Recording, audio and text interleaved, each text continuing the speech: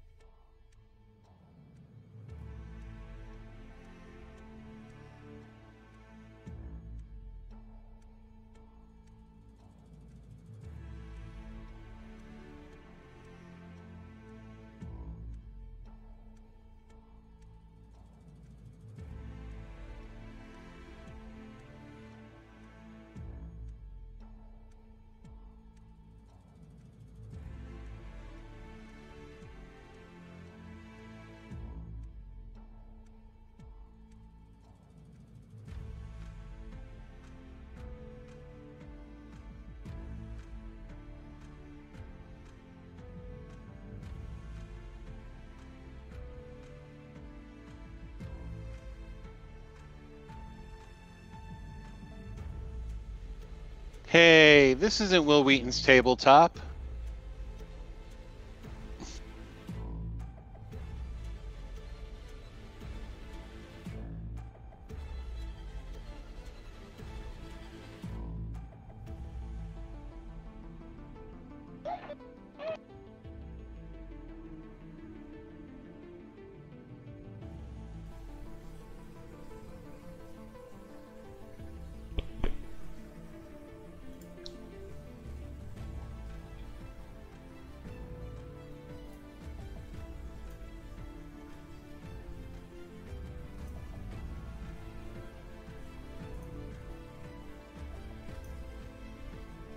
Alright, we are here. We are on the live screen.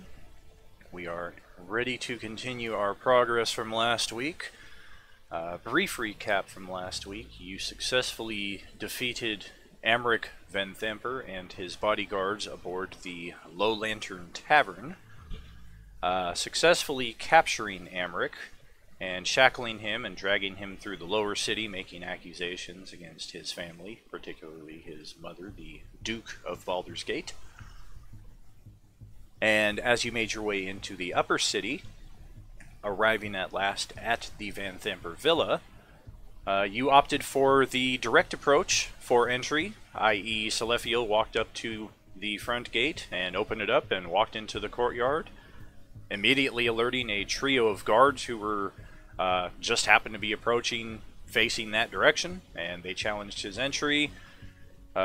We had a couple of attempted negotiations and diplomatic resolutions to the situation, but neither side was willing to give up the main point, i.e. Amric. They will not allow you in unless you turn over Amric into their custody, and Amric is your only leverage at this point going in, so that's where we're at.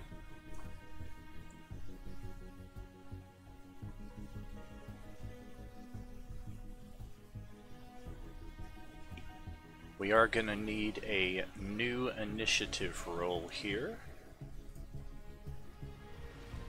Since we got the API scripts back and everything, our initiative from last week got scrapped.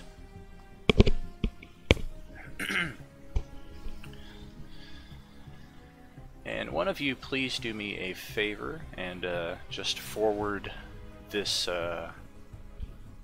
Twitch link over to our Discord page. At least get some of our close friends aware.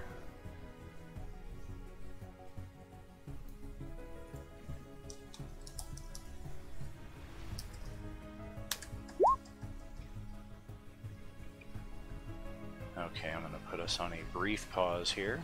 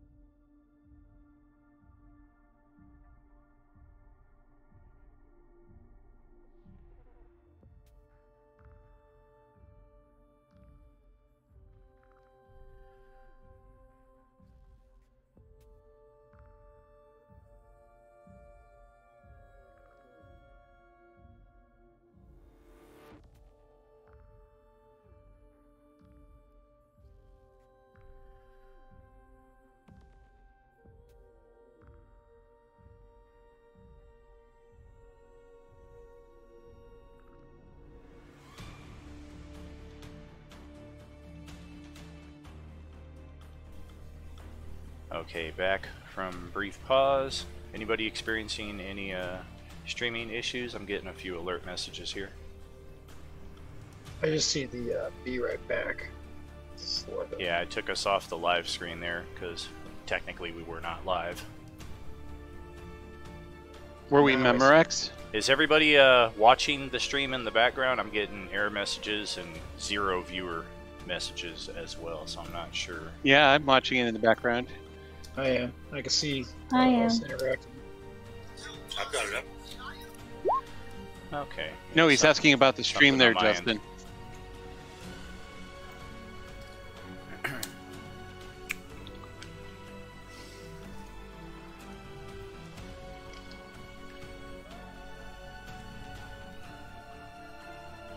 Okay, we got our 6 player characters and the guards lumped into one collective initiative there. Our NPC ally and her prisoner, they haven't been doing anything in the initiative anyway, so they're just going to kind of sit out. She's not leaving him to join you in combat unless the circumstances become a lot worse. So let us proceed with our initiative here, and well,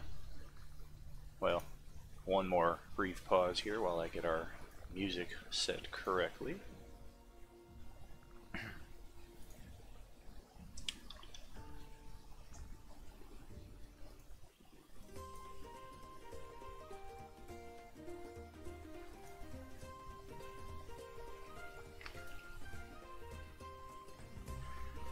Fantastic. There we go. We have the turn order more visible there. And yep, Jim, you are first in the initiative here. Go ahead. Okay. My guy is still very confident, so he's going to shout something like, "Surrender now!" And keep beating up. I can't see, is this guy still alive? He is dead. Yeah, we got 4 dead guards, all 3 of them that were forming the wall right here at the front gate along this path. They are all dead. Okay. I see. Right,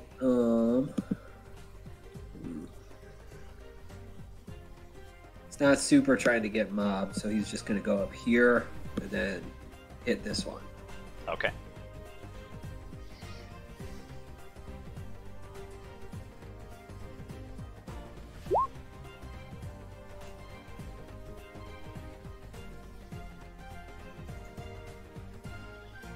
Pair of 16s to start off the evening.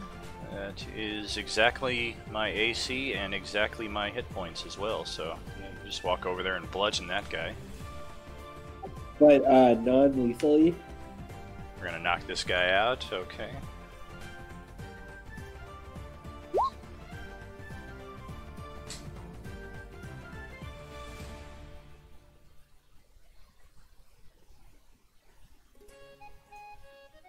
That's our unhappy knockout face. Right there, okay. Knocked out, end of turn. Well, I got 4 guards left.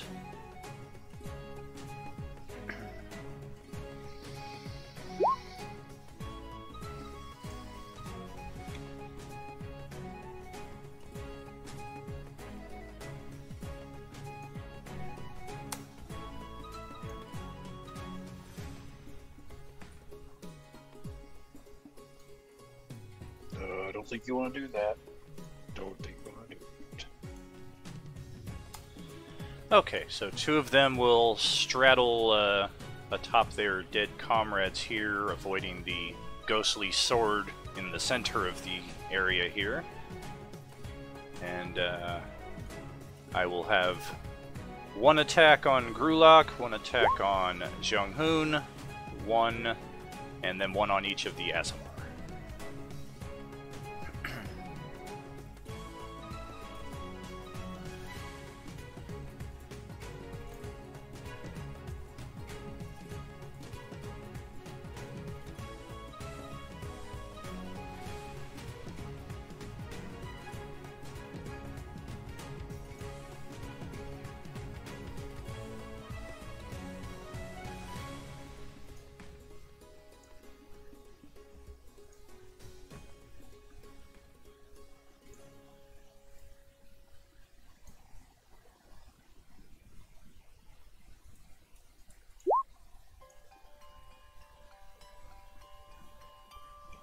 Good. That did not hit me. No, if I'm the first one. Yeah, it looks like the only one that I did hit was the last attack, which is Selaphiel, 22 AC, 4 piercing from the spear. Otherwise, ineffective round for the guards, other than to block the gate area there. And that'll move us over to Gruhlak's turn.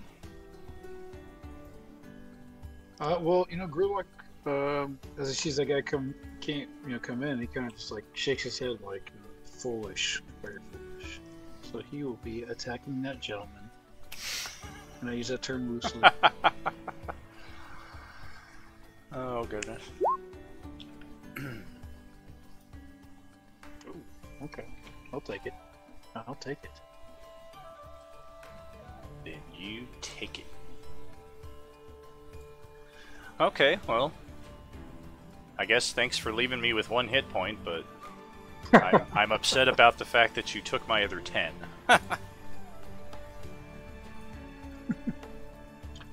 Let's see here.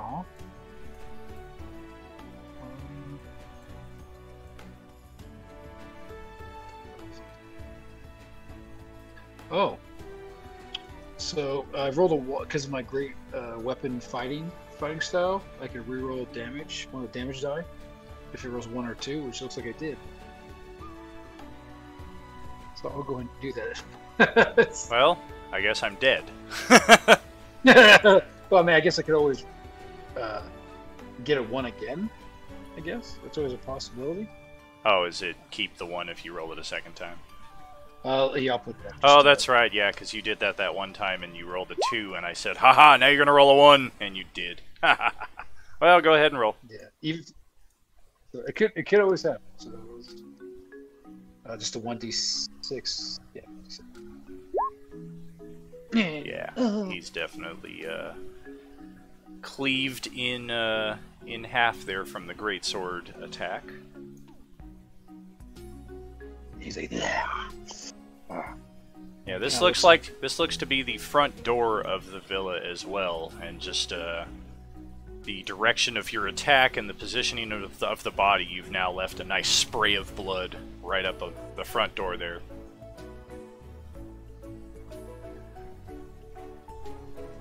And that will be a turn for me. Okay, let's bring it over to Hezra's turn over here. Alright, I'm gonna reach past my buddy here to smack this guy. Okay, that works with my 10-foot reach, right? Yes, it does. Perfect. Okay, I'm gonna go ahead and post the first one. Alright. Actually, I'm gonna use my bonus action. I'll post it since it's a new day. The planar warrior. Okay, bonus extra force damage if you hit, or next time you hit. If I hit, yeah. Does that hit? That does. Do you have anything to allow an extra point of damage, or are we going to leave this guy? Is this the guy that will be left with 1 hit point? He will probably end up getting left with 1 hit point. I've been using my bonus action to hit with my offhand weapon, so I have no more action. Alright. Well, the short sword gets him true right through the center, and even though he is still living, he does not appear to have much fight left in him. Selaphiel, if he had to guess, this guy is probably a millisecond away from just collapsing and probably cowering into a ball. Okay, I'm just gonna try to knock him out. Okay, Selaphiel's turn. Go ahead.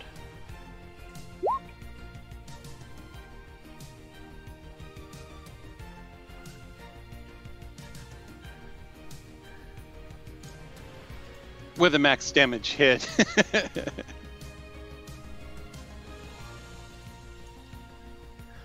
Oh yeah, he is also knocked out.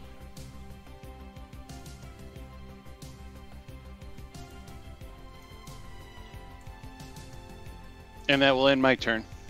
Okay, and standing next to you we have Kalidor. Go ahead with your turn.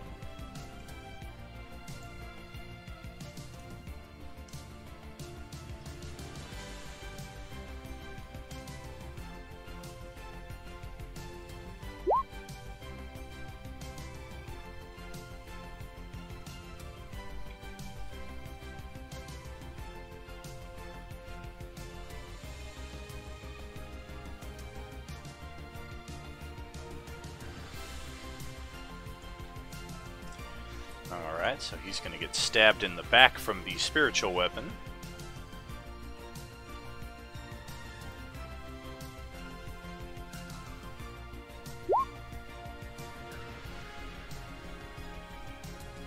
And I guess a miss from the front. Guilty. That's correct. Okay. Let's see Nadir to end off the round here.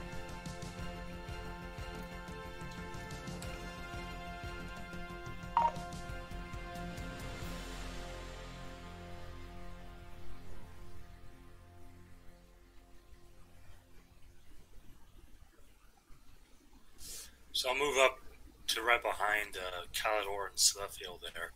And I'm going to give Selaphiel a little bit of healing because he looks pretty bloodied. So I'm going to heal him up a little bit. Very cool.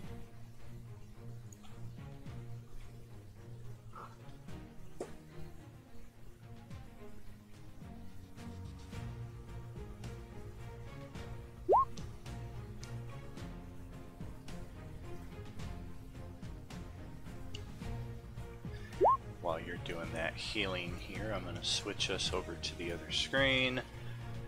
Do a page reload here. Thank you, Nadir. There's that.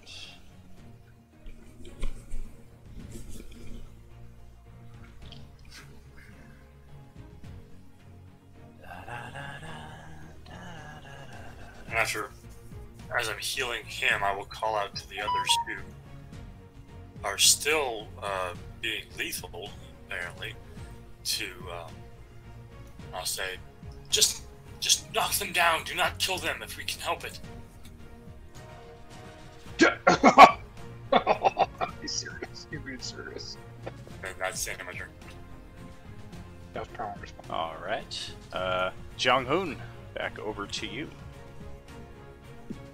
Okay, I'm gonna move here for the flank, and I'm going to attack this one.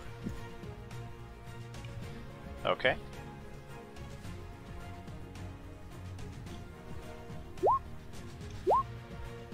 Non-lethally.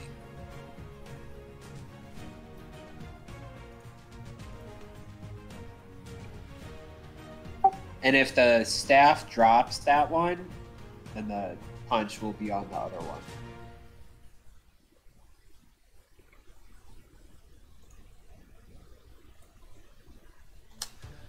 That is correct. The staff definitely drops this guy here to unconsciousness, and the guy just to the north of him will take the backhand.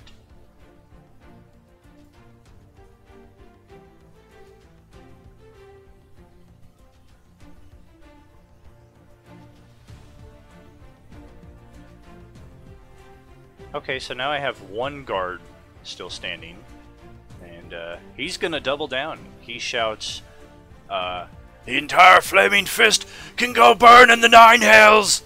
And then he attacks Same, Jeong-Hoon.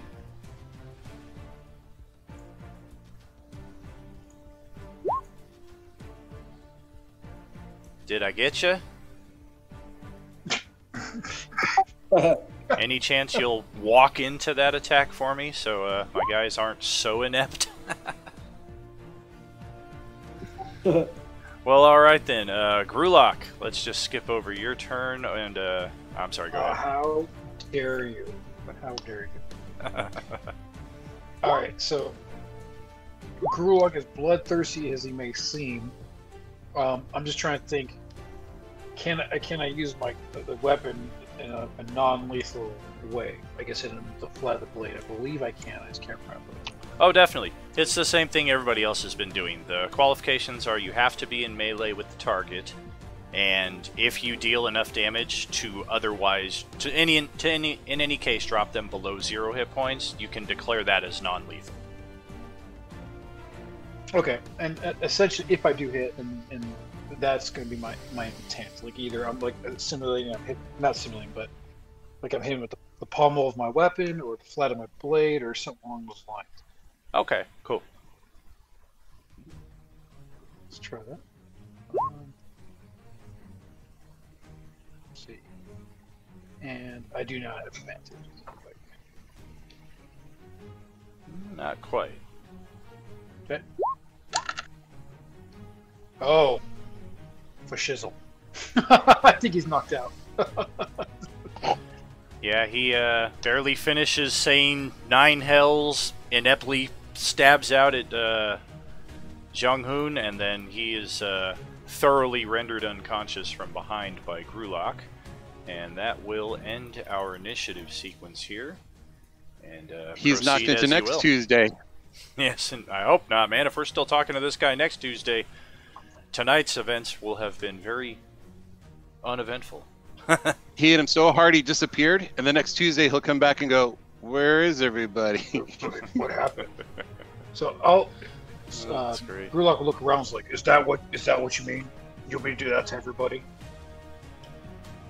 Is that right? In this particular case, they could have been paid by just be paid soldiers, or they could be complicit in what's going on. It is not our matter to judge this. It is up for the gods themselves or a higher authority. I agree. They attacked me. I defended myself, but their actions caused me to act against it. And I don't know what I was going to say, so I'm going to stop. But I knocked him out good.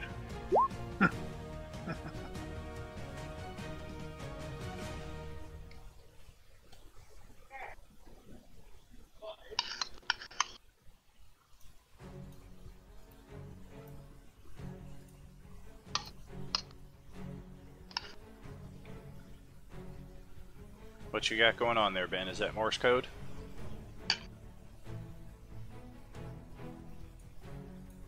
What? Did I say something?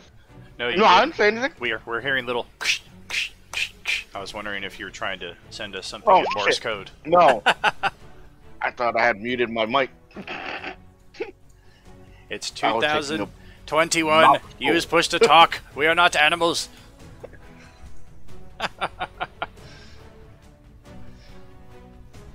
So yeah, what are we gonna do with our 4 unconscious guards and our noble prisoner as well? We only have the 1 set of manacles that I'm aware of.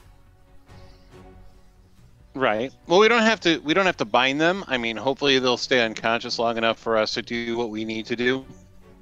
And then if they do regain consciousness, that they will have the sense of not interfering with us. So we're just gonna kind of leave them sprawled out here in the courtyard, and whatever they do next is up to them.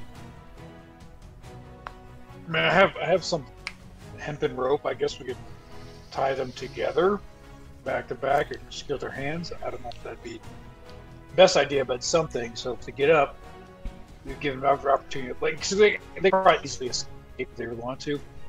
But it could act as a get the turn. Like, hey man, you get up and you're able to. You shimmy your way out and you want to do something. We gave you every opportunity not to do it. But that's just me kind of thinking. Is this a tree right here? Could we tie him to this tree? I like that idea. Fine. We could tie them to the tree. That's fine. Okay. And we should also probably like close these gates here so that it doesn't look really obvious. Meanwhile, bodies over. Meanwhile, you turn around and notice that like 20 other people from across the street are just kind of standing there watching this whole thing having taken place. The mouse agape. Like, I'll start dragging them over. I'll start sitting them against a tree. Okay. And conscious ones, obviously. GM starts having flashbacks of the Enemir alteration campaign. The character was Jan. We had 20 unconscious goblins. He refused to allow the party to kill any of them. We tied them all Yes, he together. was a pacifist. We tied them all together. And later on in the dungeon, in the midst of one combat, we now had 20 angry goblins coming from the rear to rejoin. But they were already mostly dead. Okay, I guess, James, if you want to put any kind of skill behind this, roll a, just a dexterity check, not save. Just to see how good your rope tying skills are, or if you just want to kind of set the base DC at a 10 and not risk rolling lower than that, we can certainly do that. Would athletics? I don't know if athletics would be the most appropriate thing. Would that play into it?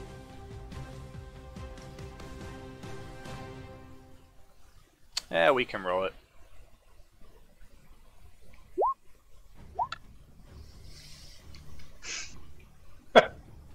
I guess that's okay. You athletically tied the rope. Yeah, jump rope like it is. I know how to use it.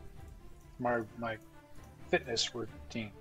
It's a very strong knot. It's maybe not the most secure knot. Well, alright. We got these 4 guys tied up. One of them is already kind of... but otherwise, they are still unconscious. That works for me, and I guess the dead bodies, do we want to place them in a corner or something? I don't know. Oh, right there. How long is that spiritual blade there, Ben? It's a 1 minute duration, so There I it don't think goes. it's gonna. Poof! So, on a semi-serious note, are there actually people sitting there like watching us, walking by, kind of, what crap's going on? There are not. No, I mean, there were people kind of walking down the main street, but this is a rich enough and secluded enough villa that there's nobody that has direct line of sight to where you're at right now. Okay, gotcha. Just want to make sure, because if so, I'd be out there, be like, the flaming fist business, get out of here. Moving along, nothing to see here. It's nice that you think people recognize the Flaming Fist's authority in the upper city. We keep drawing that card and people keep saying, yeah, you guys are the lower city police. The city guard takes care of the upper city. I'm Flaming Fist! And he wouldn't. Man, it's like I didn't say anything at all. And he would have done it still too, like Flaming Fist. He would be like, okay.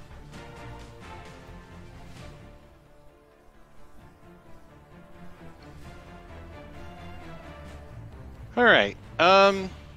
Should we be polite and knock on the door, or just walk right on in because we have him with us? I will motion for her to bring him over.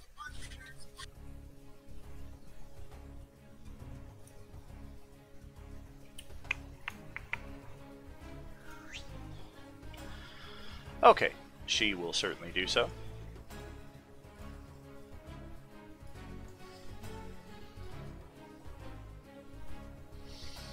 She still has a rope kind of wrapped between his manacles, and she's pulling him along in that fashion with the rope likewise wrapped around her own wrist.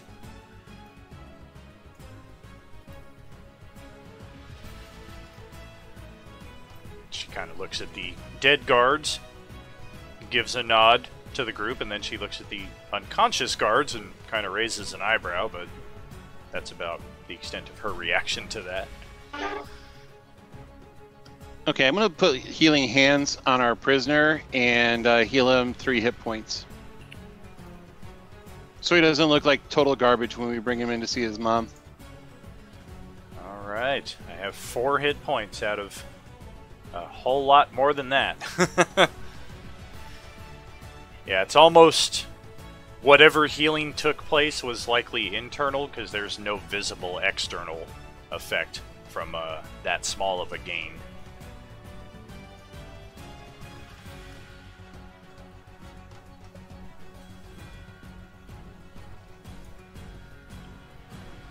So what's our plan with this now? Do we continue inside? Do we hope someone comes out to greet us? Do we knock? That's what I was asking about knocking, but yeah, I'm going to knock.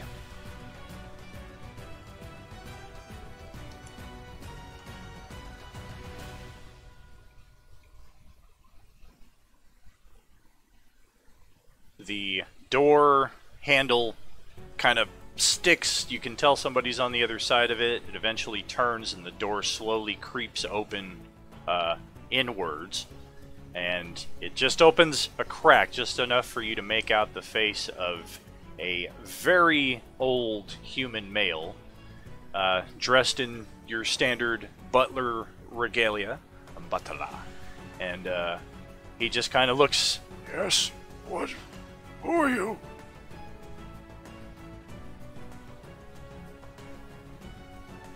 Tell the lady of the house that we have brought her son back home to her. You are not expected today. The lady will not see you. Hamrick may We enter. have...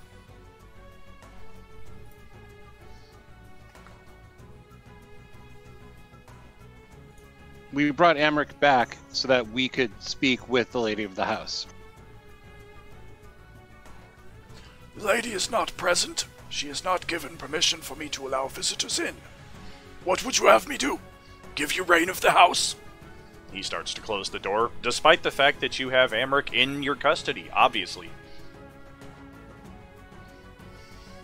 Do you not see Amric behind us? He closes the door completely. Well, that went well.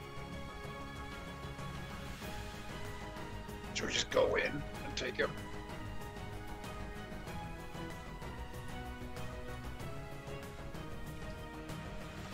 Bring Amric to the front and go ahead and knock on the door again. Well, we must ask ourselves what our purpose here at this time is.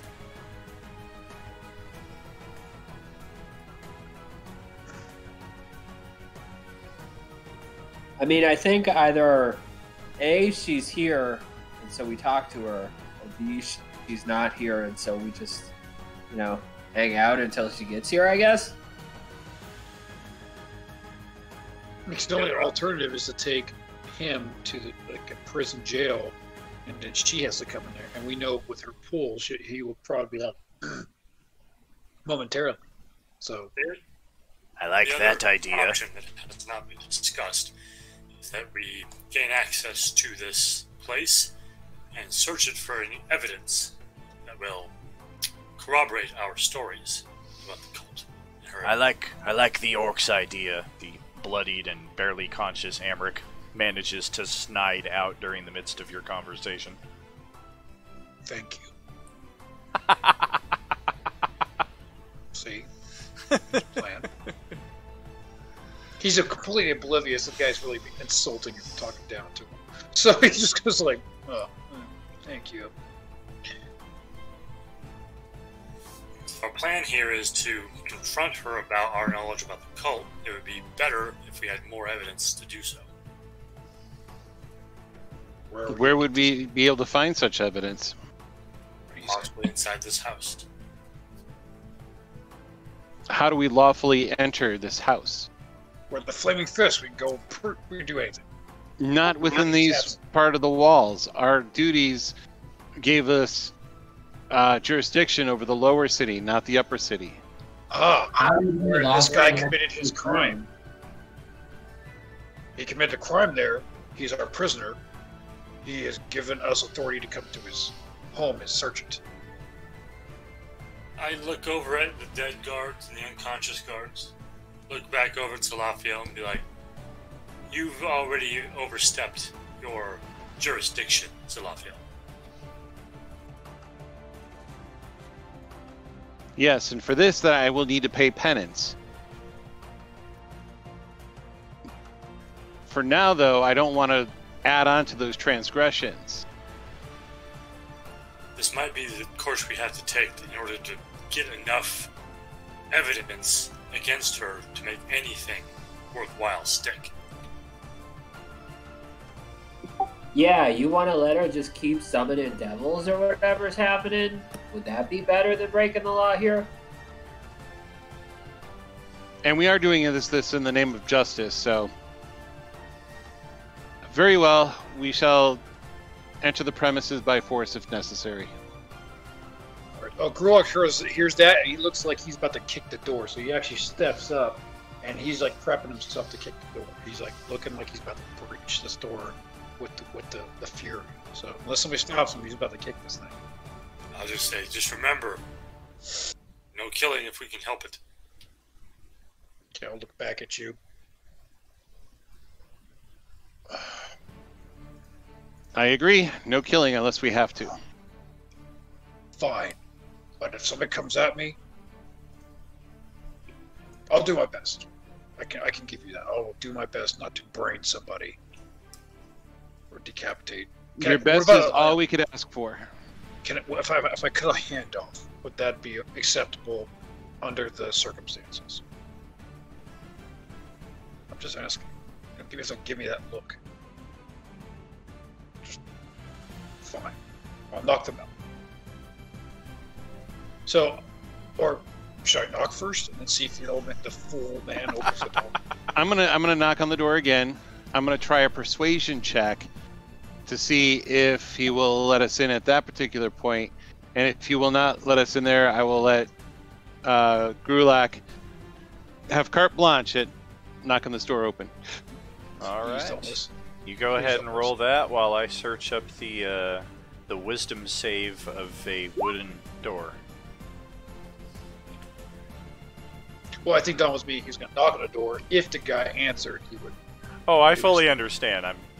That's my roundabout way of saying the guy is no longer there, so you're rolling a persuasion check on the door, and the door does not respond, of course. Oh, I was going to only do the persuasion if the guy opened the door. I mean, oh, I thought you were trying to. I thought you were talking through the door. Listen, door. I was going to knock on the door. If he answers, I would try a persuasion check to persuade him to let us in, and if that failed, then let Gruhlak have carte blanche at knocking the door open. Yes. No answer. Yes, definitely no answer. Okay, so this is what I'm going to do first, because I'm not a complete idiot. He's going to try Well- to do. I mean, it's him. He's not. So he's going to try to open a door, check the door to see if it's locked first. Because if it's unlocked, he's going to push the door. It has been locked. It has been locked. He'll kind of look around. Can anybody do the thing with the key? Picking locks? I can Yes, try it. Maybe that. Yeah, I do not have such skills. I could break the door, no problem. But maybe we do this way, since you won't be knocking out people.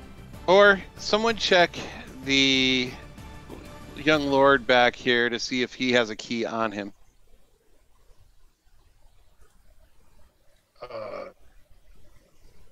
Looking around.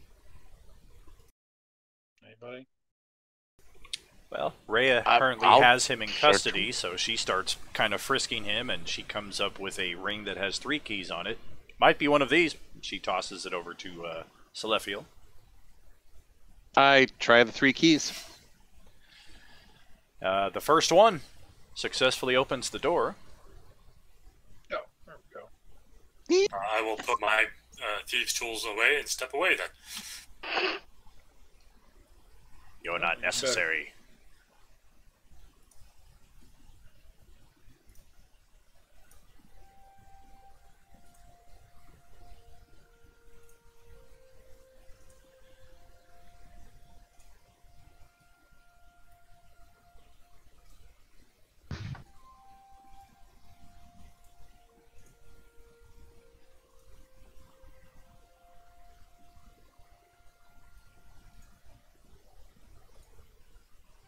Okay, front door is open.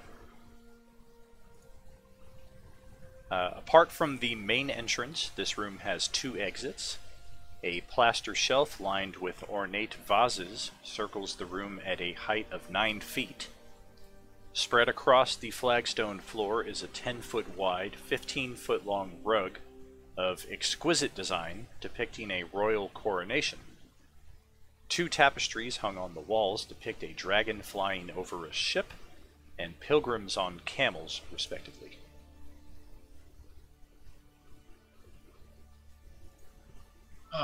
Can I do a perception check to see if I can hear where the old guy is, or unless he's out in plain view? Yeah, sure, go ahead and roll. Can I see through those windows right there?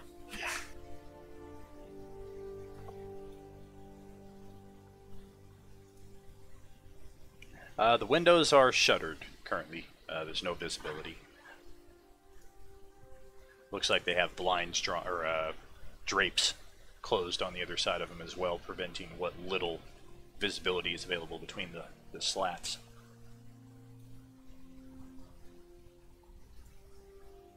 And let's just get a hold right there where everybody is. I'm going to move Rhea and Amric up 10 feet just for our little bit of movement. And from the corners, the upper corners where the wall meets the ceiling, we have some action taking place here.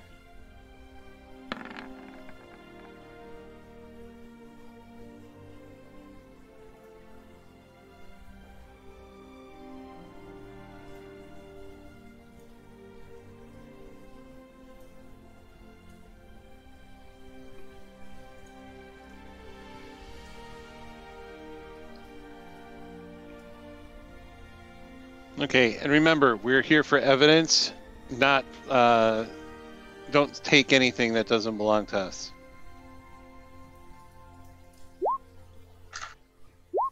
Simple enough.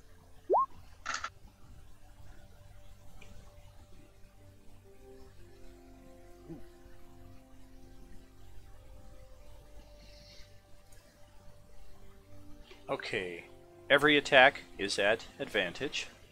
And first attack is 22 on Selaphiel, 6 piercing plus 9 poison. And must make on a DC on a failed save. That does not make any sense. Let me check what the character sheet says.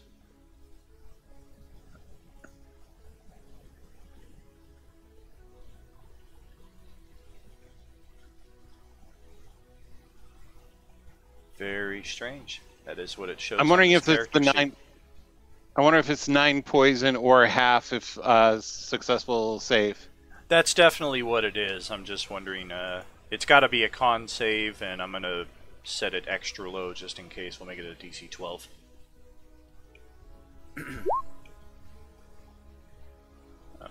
Damn. Waste of a natural 20. At least you'll only take 6 piercing Right. and 4 poison. And then I have a 16, which is on Hezra. That is also a hit for 5 piercing and potentially 8 poison. Go ahead and roll your con save.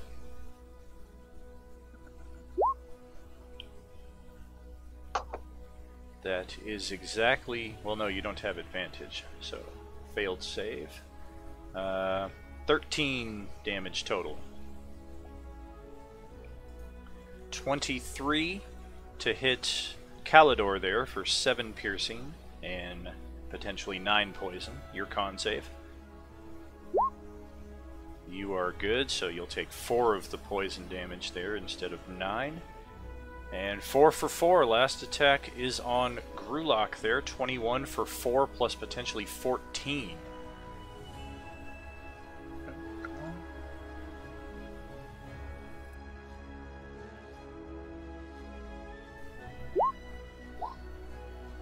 Oh man, I saw that natural 20. Roll up there, you almost had it. I think James is the only one aside from myself who has the 3D dice enabled, but they do add a nice touch if it doesn't mess up your system too much to enable everybody else. So you're going to take 4 piercing and 7 poison there, James.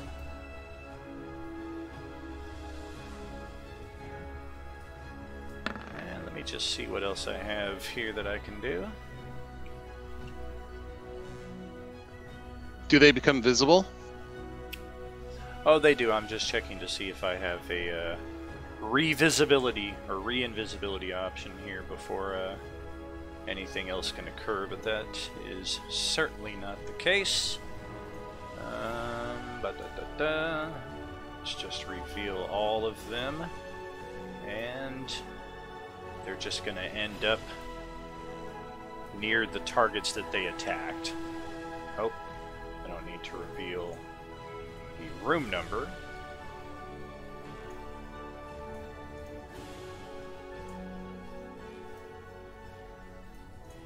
Okay, there we go. And then that will effectively get us into another initiative here. Got the macro set.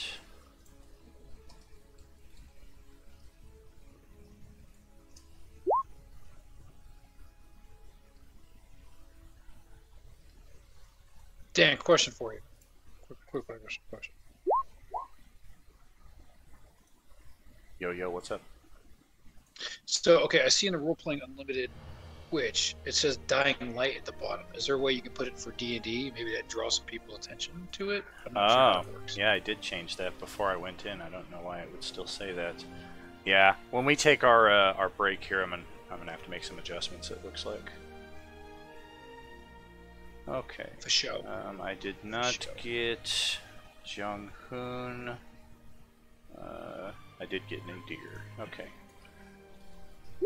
My view shows tabletop RPGs. That's what it should show, because it asked me to make those adjustments before I officially confirmed going live. I'm gonna try refreshing it. Maybe it was from the old part, so I'll refresh it as long as it's not gonna mess up Twitch. Well, it's on Twitch, so I don't think it's gonna mess up. 2, 3. Man, 6 people in the initiative are going on a 5 or lower. All right. This is the perfect. Thank you, James. This is the top of the 7 o'clock hour, which is typically the time that we take our first break, and that will, of course, also be the case here. So we will return in 10 to 15 minutes or so.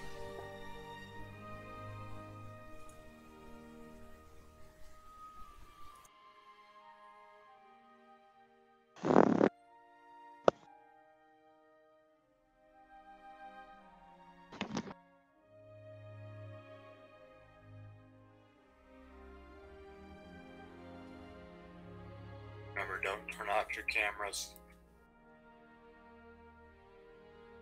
Hey, don't tell me what to do. If I'm gonna throw it down right now, let's do it. Let's go. No, but air an opportunity, sir. Well, okay. I wasn't actually. Let's go.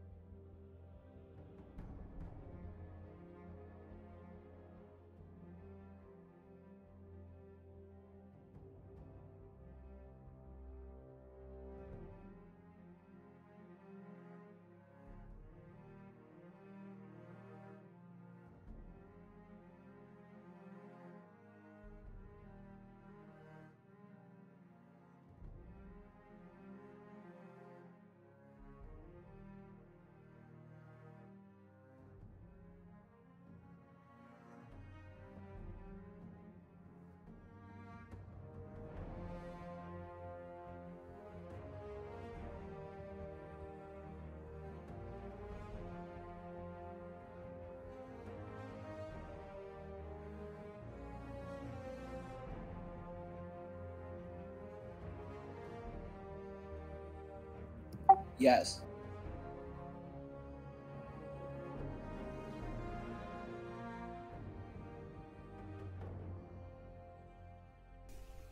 Take 2, audio test. Can you hear me now? Still yes. How about now? Yes.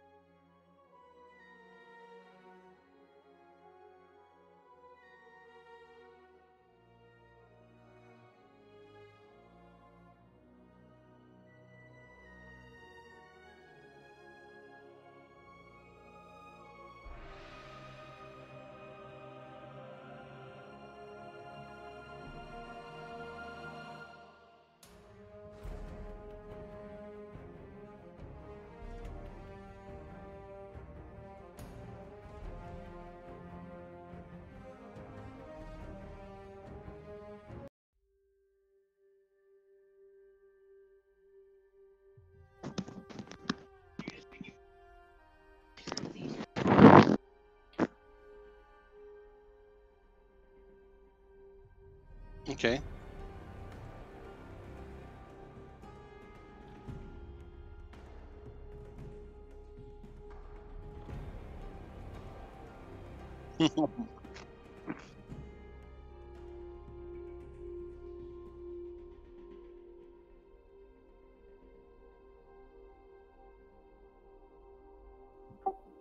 No, Okay. these are full-fledged kill.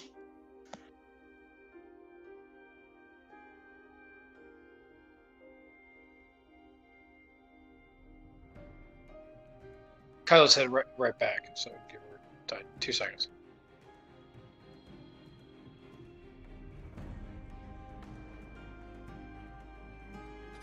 Would you want me to roll like a knowledge check to know what I know about imps? Yeah, go ahead, roll Arcana or Religion.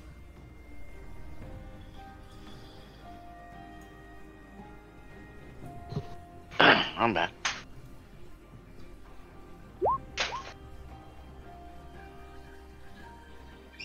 She's about to be on momentarily.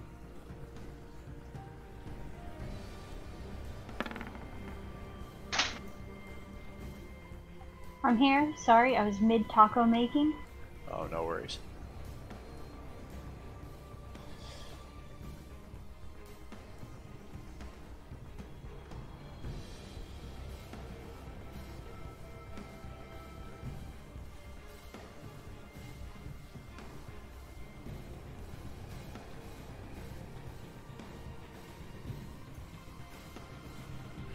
So you do know that imps are classified as devils, not demons.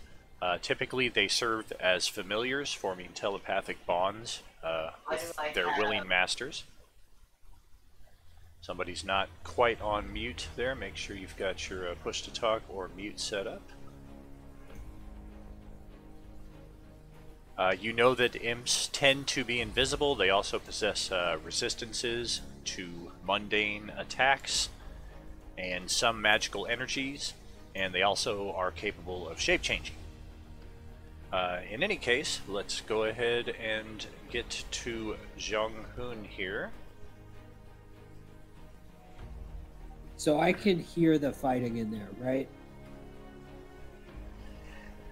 Yeah, you definitely at least can hear the alert being sounded by your fellow party members. Okay. Run in and start bashing.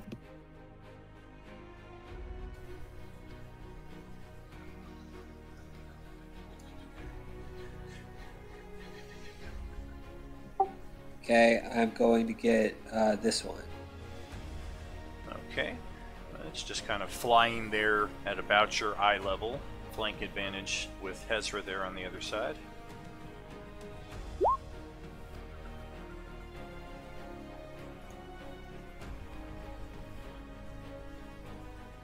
AC is exactly a 13. Okay, so I hit it. End of turn. Alright. It does have resistance against both of those attacks being non-magical, so it will take 4 points of damage. Got that. You definitely have the attention of that particular imp, as Nadir still standing on the other side of the doorway. Your turn. Alright, well, let's finish that one off since it's already hurt. I'm going to use Chill Touch on him. Chill.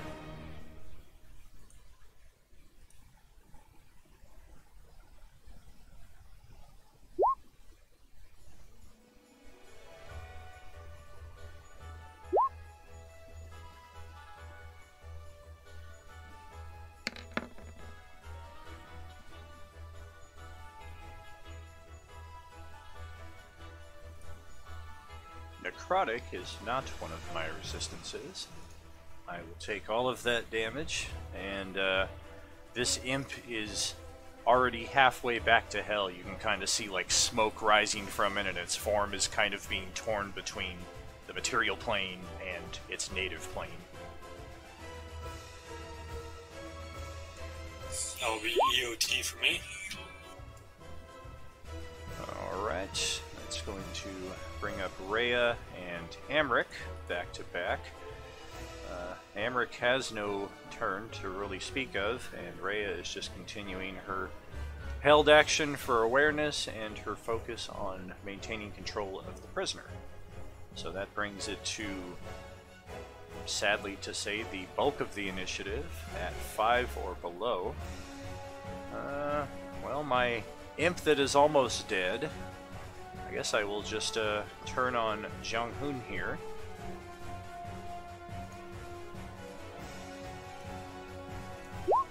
No advantage. 13 AC. Oh, one shy.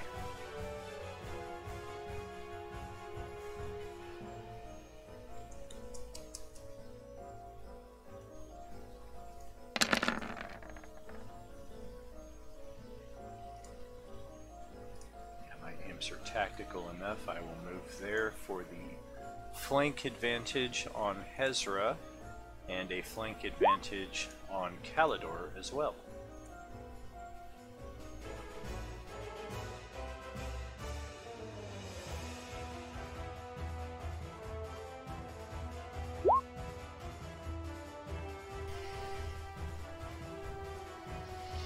Okay, so 24 to hit Hezra.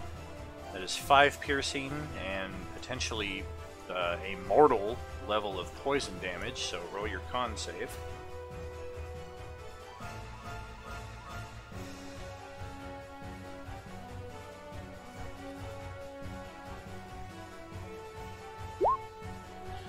Yikes. Inspiration. My constitution's not very good. You want to burn your inspiration, or are you just going to get dropped to unconsciousness and count on one of the party members? Yeah, give me a moment.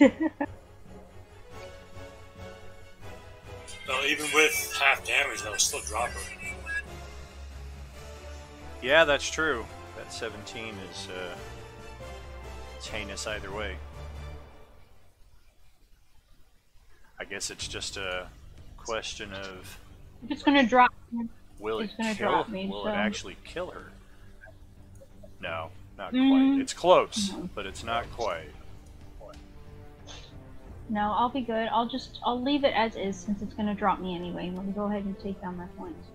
Okay, and then Because it was almost my turn. of course. And the advantage on Kalidor is irrelevant. A 12 AC will not hit him. And I have one more attack, normal, against Selaphiel up here in the northeast corner. Hans loves D&D, hosting my stream. Thank you, brother, thank you. Welcome, always appreciated. Appreciate the love, man. Thank you, thank you. Man, this poison damage just got heinous all of a sudden. It was like 5-6 damage, and now all of a sudden 14. So Dawn, that's on you. 18 AC. Your con save is 1 shy. In your case, though, if you made the save, you would still be conscious, so you got a choice to make here.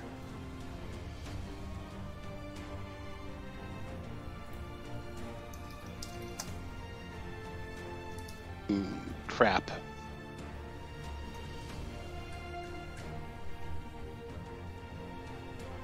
I know we're going to fight something even much worse than these things, and I don't want to burn up my inspiration before then, so I'm going to rely on the ability of my companions to bring me forward. Woo!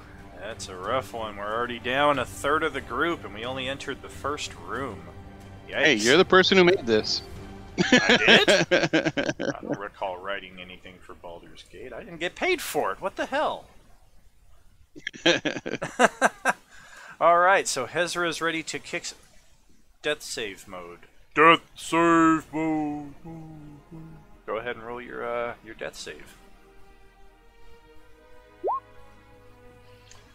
Well, that's going to put you 1 up at least, so you are not bleeding out as profusely. And Kalidor, who is standing next to you here, it is your turn.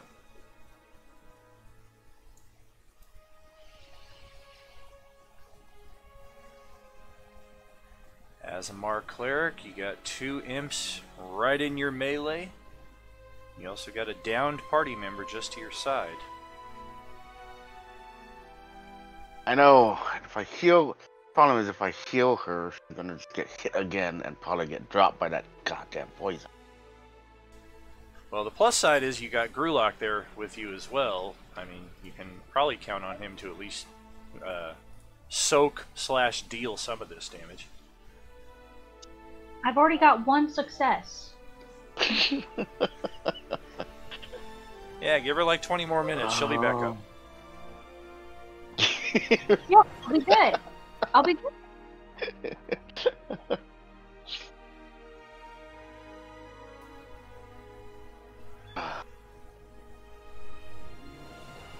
Alright.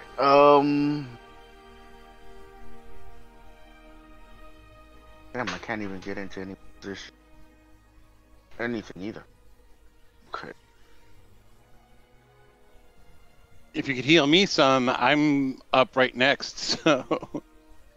That is true. Could throw it. If you move 3 squares east and 1 square north, I can take 3 attacks of opportunity on you. Right? Your turn. Just tossing that out there, because that would be cool. Right? That sounds so cool. I think I'll try it. Does, it does. That way you're soaking all my reactions so that nobody else is risking AOO. Let's... Okay, Hezra's down. Let me at least... I'll move to defend her body. Attack. And what do you know? Look at that. 3 of them are right there. What are you gonna do? Your 1 point of damage? Oh, 4 points of damage. Let's try this because, you know, we know it's gonna fail, but I know I might get lucky.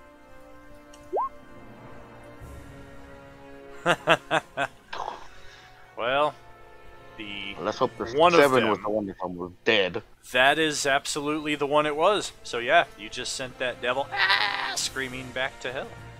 And then I will throw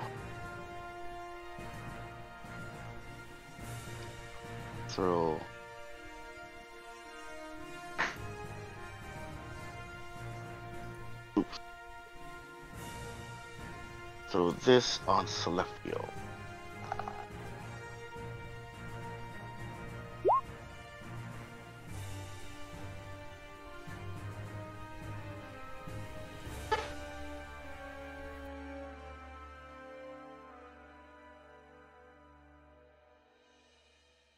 Got it.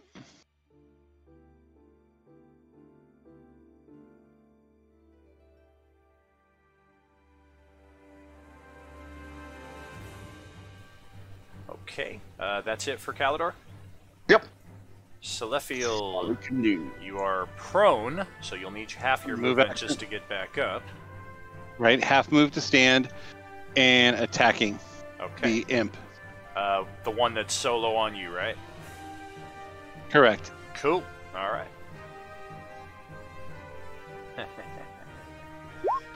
Yes, indeed, Hans. 13. Well, the good news is 13 is good against an imp. The bad news is I resisted, so I only take 4 damage. And there we go. Actually, I am also going to apply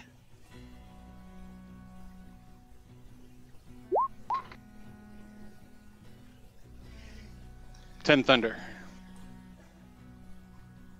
Strength save. That's all or none? Hold on a second. Let me pop up the. Wow, natural 20. God damn it! I have a -2 to my strength, and I roll a natural 20 to Oh wait, save. sorry, that was the wrong. There we go. So that's your bonus action. Okay. So, the attack deals the extra damage to the target, and the saving throw is only to be pushed away. Oh, okay. So it's still going to take all the damage. Okay, but when I am sent back to hell, I am standing my ground. Okay. That's basically what it is. I'm like, ah! Where am I? Right. Well, it looked like he got pushed into hell. No, that was like him hitting an oak tree, dude. Like that imp didn't budge at all, but somehow just poof. Yeah, it did the old WrestleMania 2000 block.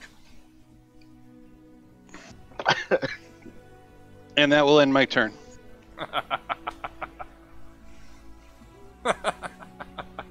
Okay, and now Gruhlak. Let's see what kind of bloodthirstiness we have in store from you. God, kill one of them.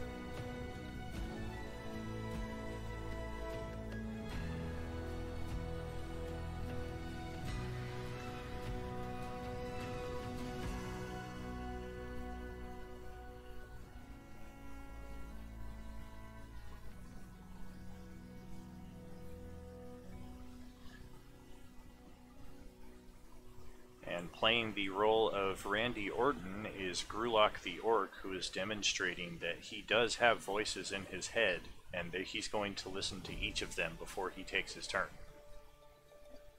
Sorry, my bad. I'm just sitting there watching you go.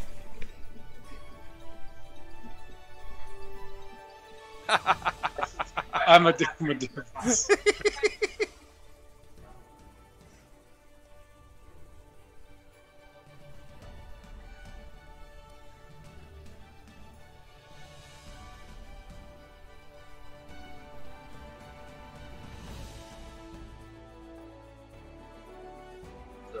I'll take the arrow.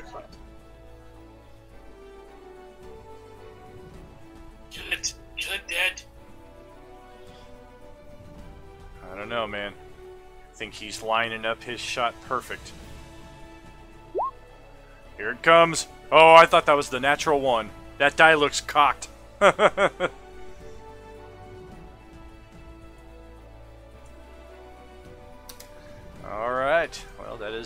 a successful hit, more than enough, but as it is a non-magical weapon, I will resist that to 4 damage. Well, he rolled a 2 on one of the dies, right? He gets to reroll that 2. Yeah, I'm not sure if that's every attack or if it's limited. If it's every, then absolutely. I'll put it back up. Let me just double check.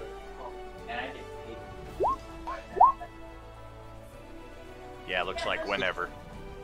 Okay, so I'll roll real quick and see. I gotta take a second. Okay.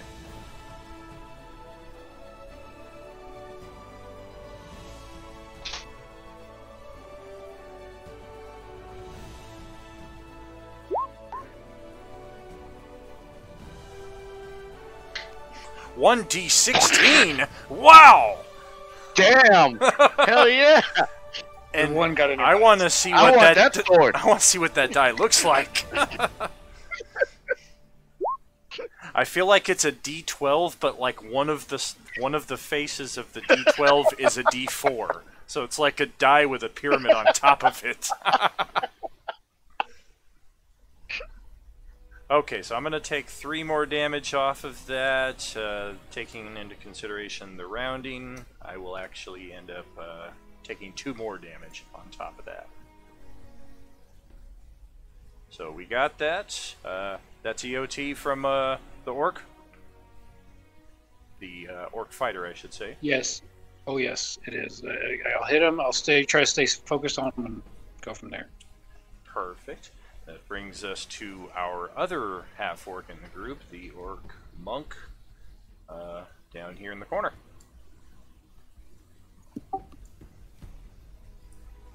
Yeah.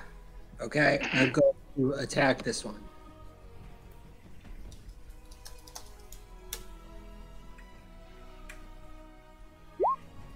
Flank advantage. Flank advantage, alright.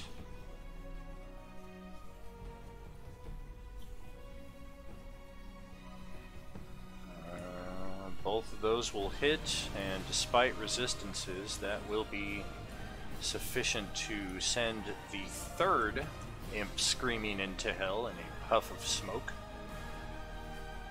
Nice accompanying sulfuric scent there.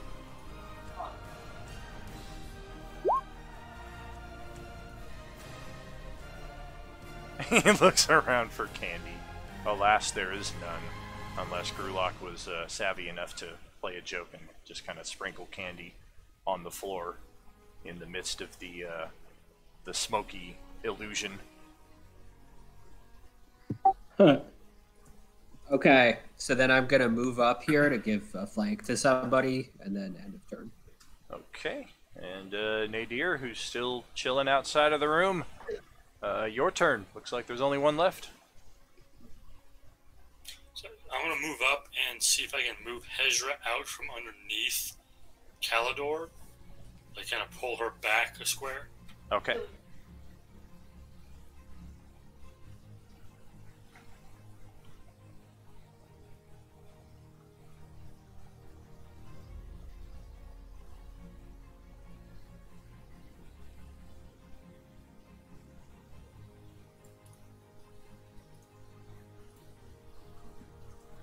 Like over to here, you think?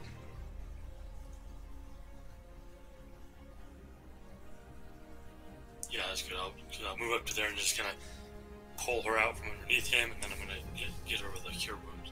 Cool.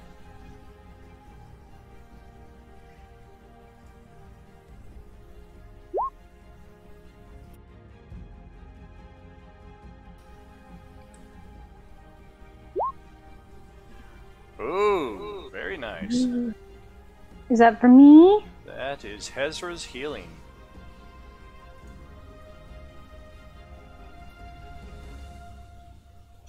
And that will end my turn.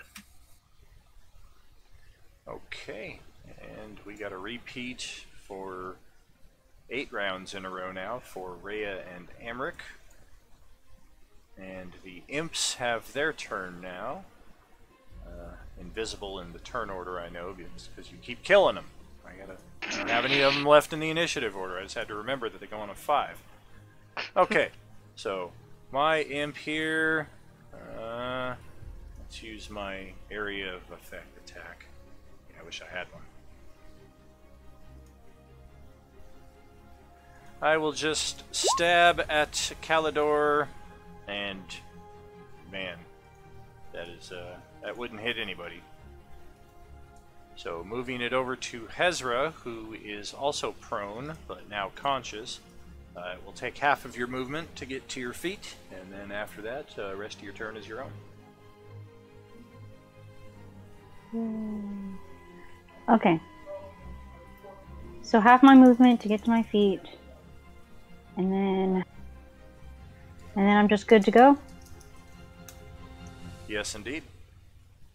Yeah, you still have, if your base movement is 30, then you still have 15 to work with. Okay, good thing I can reach that little bugger from here. That is correct. I'm going to go ahead and go for Planar Warrior. And give it a smack. Bonus action for force damage.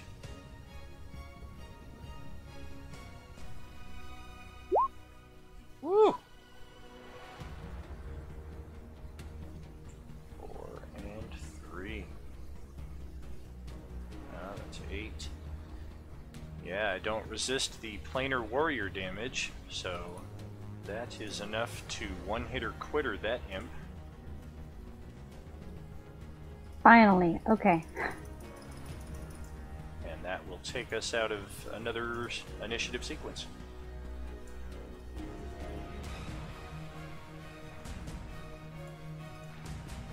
So yeah, you're still standing here in this room with the tapestries, the ornate vases lined along the shelf at a height of 9 feet. And you have 2 doors leading out of this room on the west and east sides of the chamber.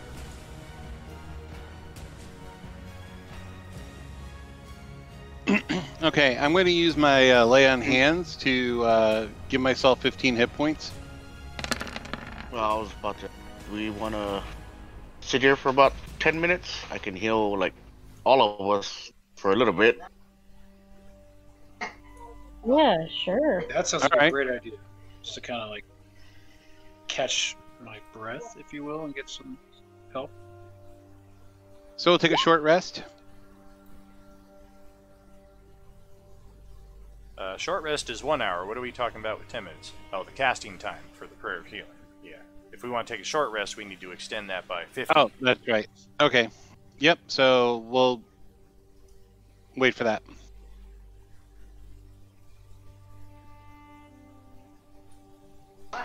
Okay.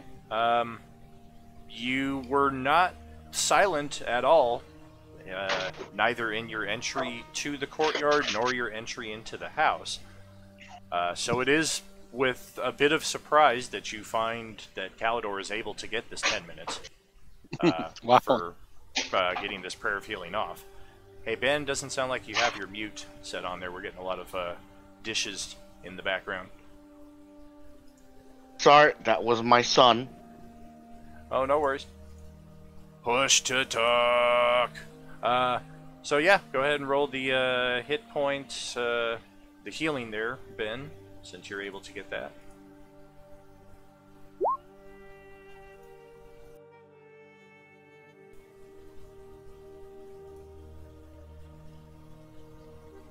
Yeah, so everybody gets 11 hit points? Yep, including yourself.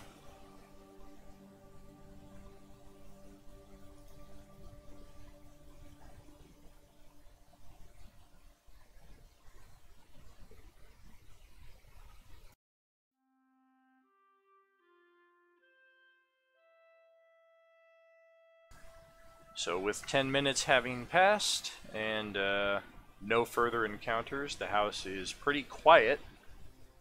You don't hear guards assembling and muttering outside the door or anything. Your general passive perception among the group is pretty good, unless you're counting on Nadir. So which path are we taking? Okay, so they're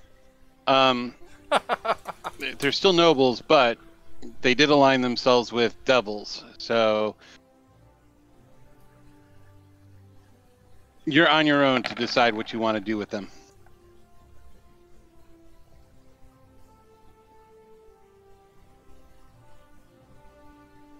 And I'm going to open this door right over here.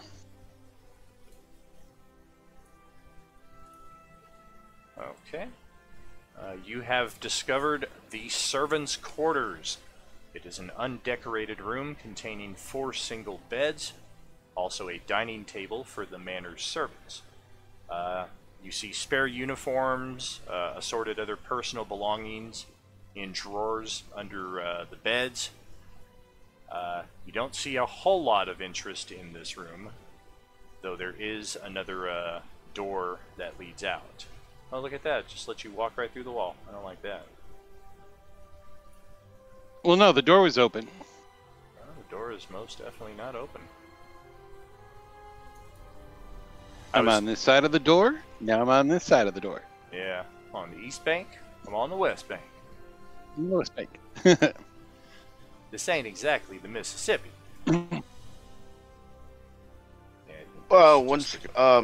Did Jim and James get to healing?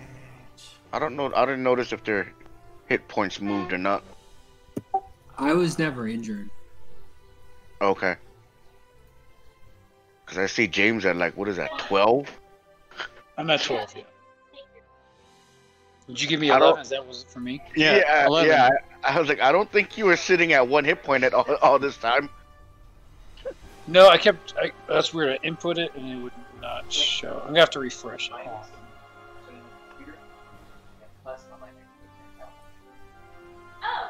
Oh, okay. That makes sense. Okay. Microphone mute there, please.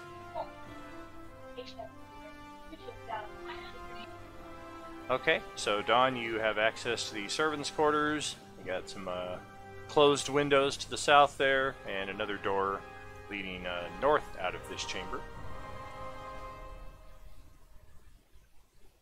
I look back into the other room. I found the servants' quarters. There is another exit. Check the opposite door. See where that leads.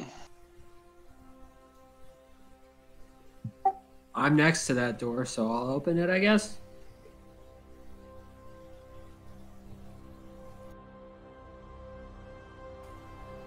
Alrighty. I will give the description before opening the door here. You see black curtains drawn over the windows to the south, keeping this hall dark and cool. You do see the venerable butler that you ran into earlier at the front door, Matala. He is guarding what you would guess to be the maid, a young female, maybe about 20 years old. You'll see both of them near a staircase on the north end of the chamber here. I'll open that before I give you the rest of the description.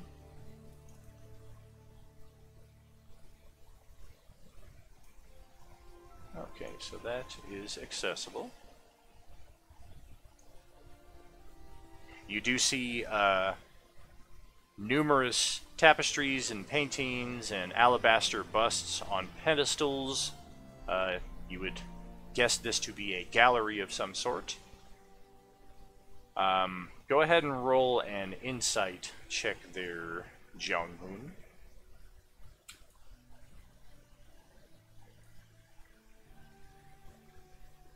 Just him?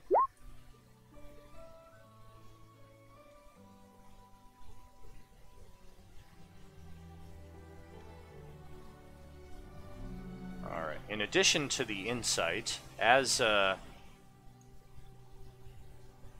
Jeong-Hoon just kind of peeks his head into the door, he's briefly startled by a statue located here at the star insignia. It is a very lifelike statue of the Duke Vanthampur cradling a tressum in her arms. For those of you who do not know, a tressum is a Forgotten Realms animal. It's essentially a cat with wings. The tressum in the statue form has a wax rat in its mouth. And just from virtue of where you're entering and the statue's position, it's just enough to make you think that somebody just about caught the drop on you. But you see that is not the case. With the insight check, just looking around at the collection, Jeong-Hoon, I don't think has a whole lot of curating and antiquating in his background. Antiquating, whatever. So for him to walk in this room and look at everything assembled here and be like, man, this room here is a testament to bad taste and ill-thought purchases. Like, she probably overpaid for this stuff, and nothing in here is worth much of anything.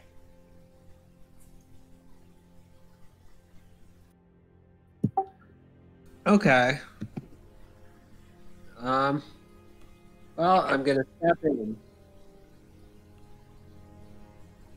And I'm gonna be like, all right, old dude, we're not trying to hurt you, but, you know, your boss is in bed with demons, so I don't know. He's standing protectively over the maid, and he just kind of holds his hand out towards you, and his other hand kind of holding her in the corner like he's going to somehow fend off your entire party. He is grumbling stuff about he doesn't know what you're talking about. We're just the servants of the manor. We've never seen any devils or demons in here. Be gone with you. You're not welcome here. Do I know from my insight if he's telling the truth? Should I roll again? Yeah, go ahead, roll another one.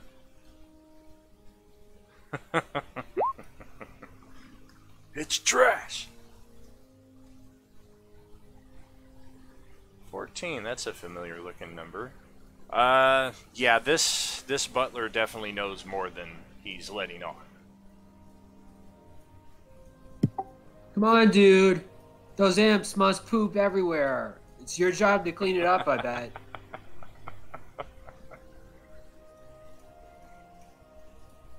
He kind of stumbles and over his words for a few moments before he finally gets out. You shall not harm her. Be gone. You're not welcome here.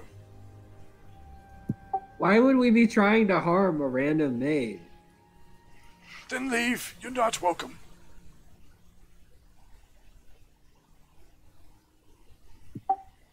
Well, no, because, you know, again, clearly devil worshiping going on here. It's because we're not trying to hurt her doesn't mean that, you know, we're not trying to not be here. You are complicit in the spawning and knowledge of devils in this area. You shall face justice. You may face it now, or you may leave and face it later. You would slay us here? We've done nothing. I didn't say I was going to slay you. You were going to face justice. We're going to bind you and take you to the higher courts.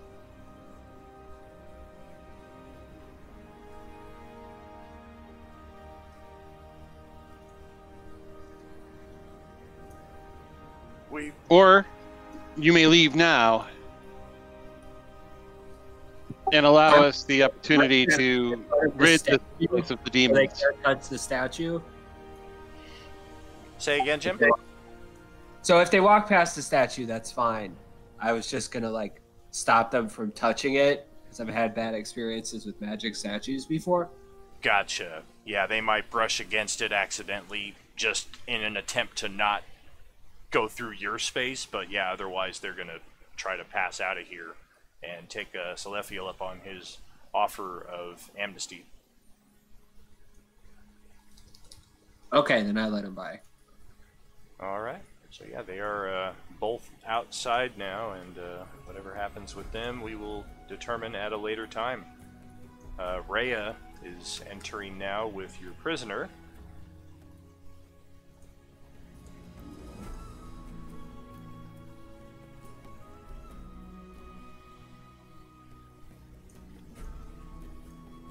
Any signs of the rest of the family? She asks. We shall have to explore some more to find out. Just the servants so far.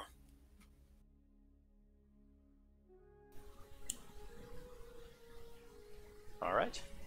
But be careful. These demons, devils, and other creatures from the other planes are crafty.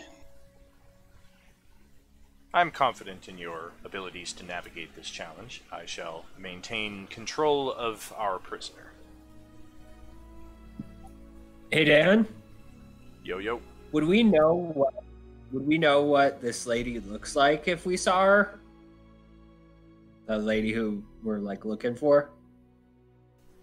Yeah, you're confident you'll know her when you see her. She's an older woman. She's got, just based on the fact that you've got a pretty lifelike statue of her right here next to you, that's not the only bust or painting that exists of this woman in the city. She's a pretty well-known figure. Okay. So it's not like she can dress up as a maid and scurry off with the old butler. Oh, for sure. I mean, if that was her, she was under some kind of shape change or polymorph spell because she's like 70-something years old.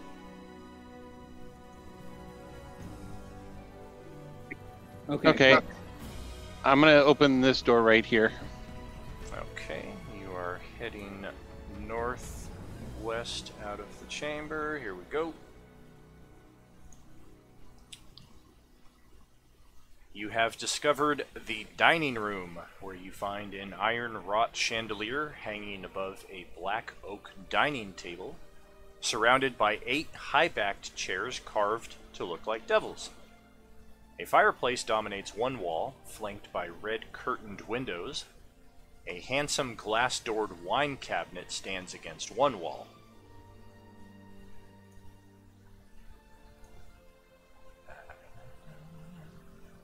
Well, it appears that the evidence is adding itself up by the moment. I was about to say, no one found their house mildly suspicious. Yeah. Yes, because anything that looks infernal must be suspicious. Yeah, but you didn't have a choice to look like that, right? These people had a choice to make their chairs look like that. Maybe they bought them cheap. Besides, you have also proven yourself not evil. I don't think those chairs are evil. I didn't say that chairs would be evil. That makes sense. Anyway, Hezra, keep your eyes and ears peeled. We know you're the best spotter of the group. Hey, speaking of which, let's get a hold right here as 3 invisible imps reveal themselves and attack the 3 who just entered the room.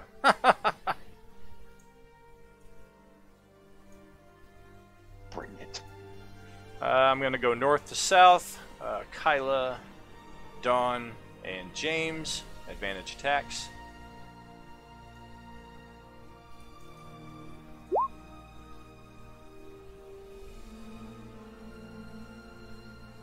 Okay, so the 19 is on Hezra. That is a hit.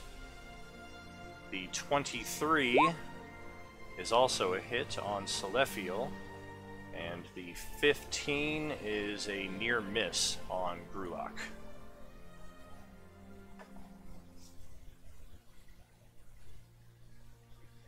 So con save, okay. Looks like you both failed by 1, so you'll take the full poison damage.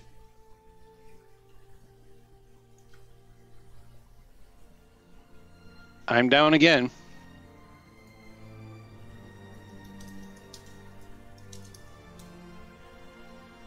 And the imps have revealed themselves. And let's go ahead with another initiative.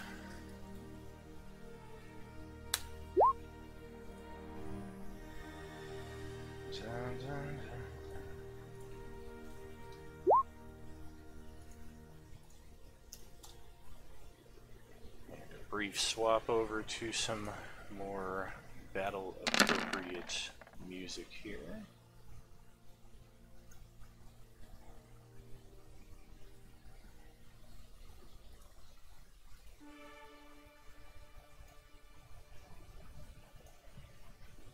Fantastic. There we go.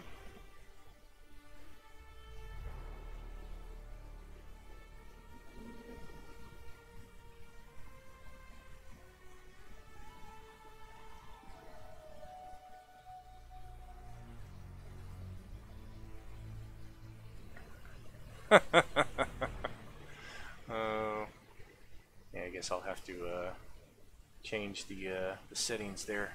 It was me, Austin.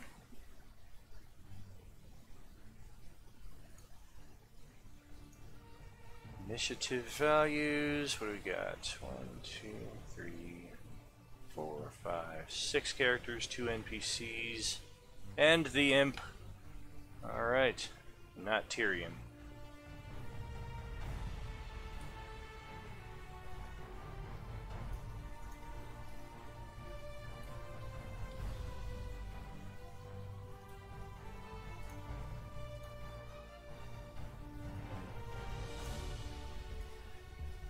Okay, so this time it is Nadir going first, and he's all the way back here. So go ahead with your turn there first, brother.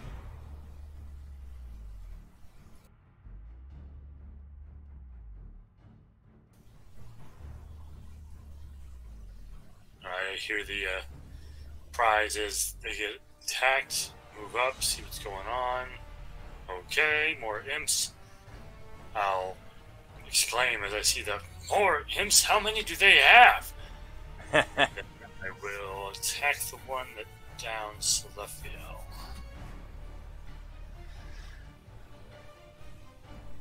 Yeah, the imps come screaming in and just kind of screeching, not in any language, just as a general battle cry. 9. That ain't no good. It's a battle cry like ee. No, that's What? Gruhlak's battle cry. I'm coughing. No. How much do I need to hit him by? My AC is 13. 4-point differential.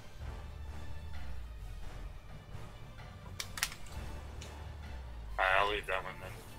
No. Alright. Emmerich. Let's see.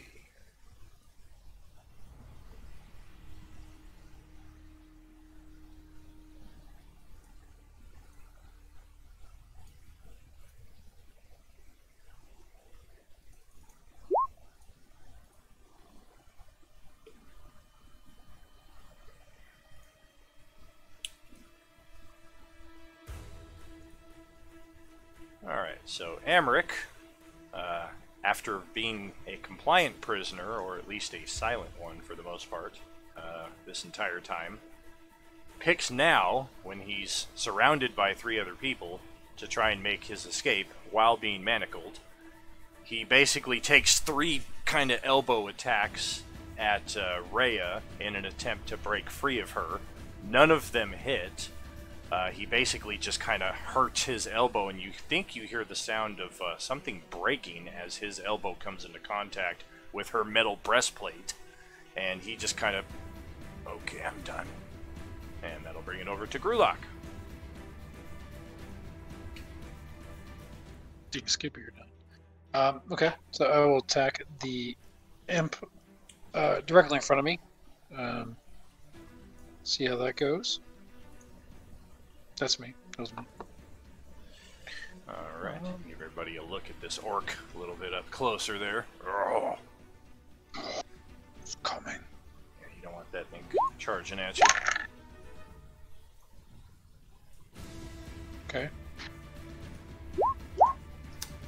Okay, well, usual drill for Gruhlak here with the imps. That is a hit, and I resist half of it.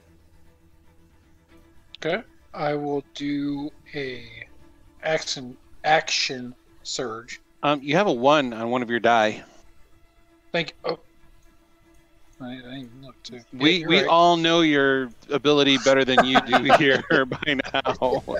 I'm also about to interrupt that I'm pretty sure you've expended your action surge for the day. Or at least until the next rest. I did. Okay, In the front. so we're going to change a 1 into a 6. That's going to result in 2 more damage. for the imp. And I got it. Okay. Well then would. Where am I at right now? Oh, and a turn right there.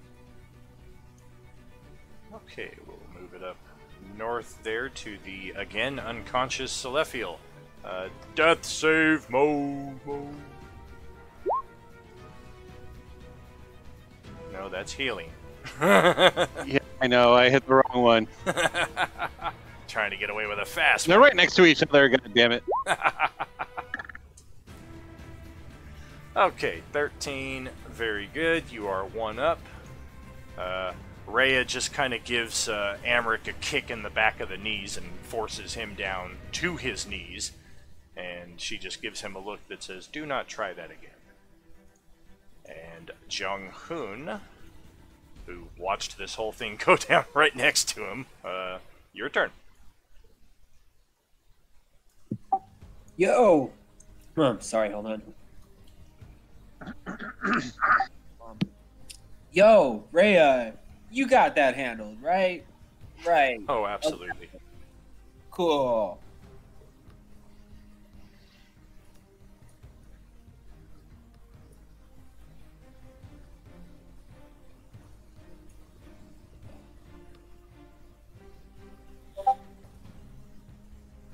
Guess I'm gonna go up there, hit this imp in front of me. Got it. Go ahead.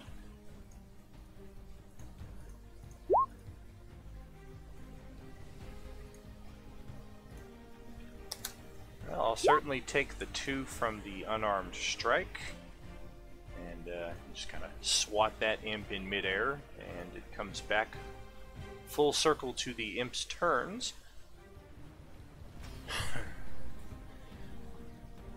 Yeah, this particular imp in the middle is feeling extra evil today, so I'm going to go Hezra, Selaphiel, Gruhlak.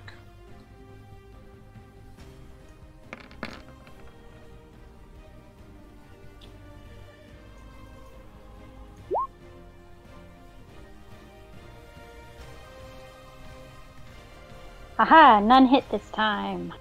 Yeah, nothing good on Hezra. Selaphiel is definitely hit. Damage is irrelevant. It just chips 1 off of your death save in the negative category. And the 17 is a hit on Gruhlak, so we're looking at 7 pierce plus con save. Why Is does he he have still- advantage? Yes, but say they're not. We can see them now, right? Oh, that's They're right. attacked. That guy doesn't have advantage. The only one that had advantage was the one attacking Selaphiel. So yeah, 12 is a miss. No damage, no save, and Hezra, over to your turn. Alright, I'm gonna put the smackdown on the one in front of me. I'm gonna go ahead and do my planar warrior. Just let you know. Very cool. No advantage there, but I do take the full force damage, so that's going to come out to 7 hit points gone. Devastating damage. I think with her planar warrior, it turns all of her damage to force. You need to post it again. Yeah, repost it.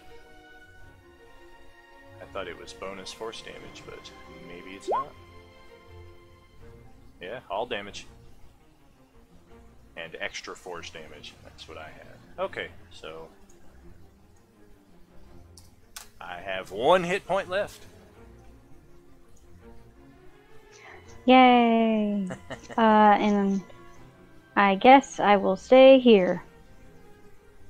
I miss Varys. Yeah, I don't miss that guy shooting people around corners, shooting people that he never saw in the first place, dealing 300 points of damage with the frickin' Gatling bow.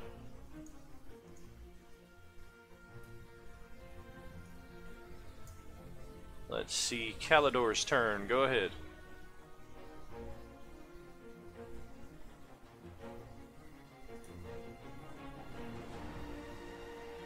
Alright, I will move up into the room.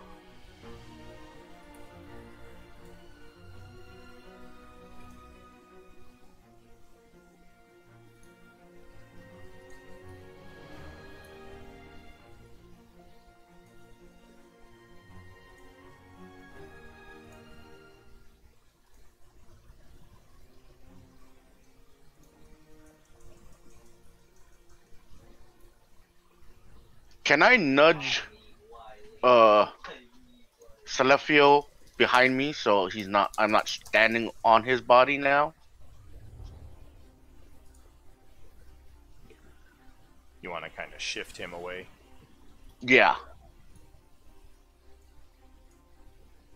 Oops, that's you. I'm not dead yet. There we go. Alright, Selaphiel has been shifted. Alright. And then flashback, James flashbacks. Yeah, right. Still have hit points left. You have a cleric. Why won't you heal me?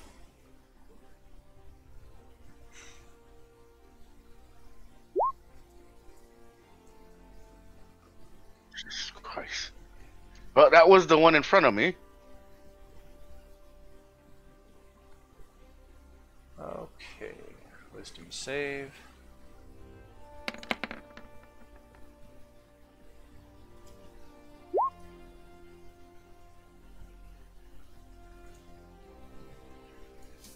Of course, I'll burn some good rolls on that.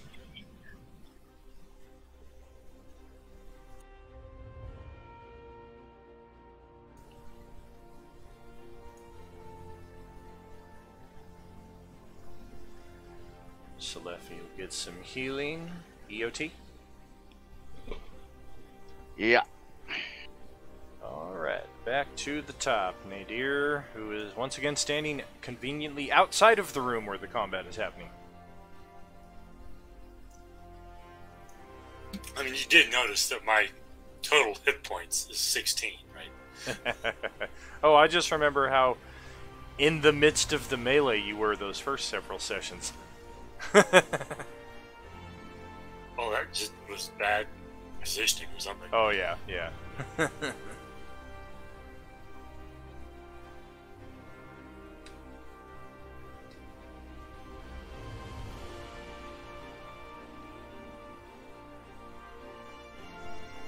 Let's see if I can finish off that one from Hezra.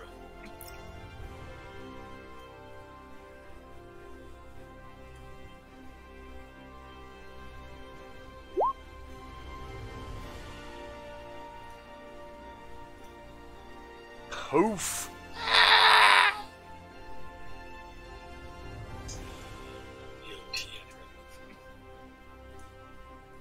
Alright. Amric is not going to do anything this turn, so Gruhlak.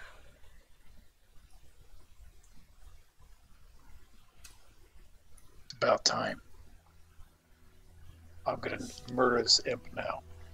You're I'm gonna trying to cut roll him a clean in natural half. 1 and like it. I'm gonna roll an extra 20 and like it even more.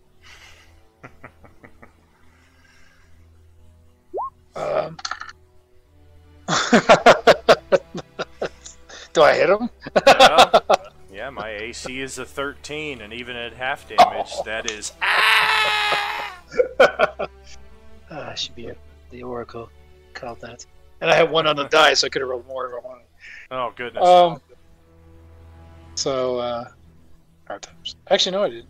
Yeah, I was going to say, there ain't no way there's a 1 if you got 13 damage. What is that? Yeah, look. 2d12? I don't know, it's like the numbers don't even match up to the damage. That's weird. To see it, I don't know. Anyway, so he's dead. He did. Okay.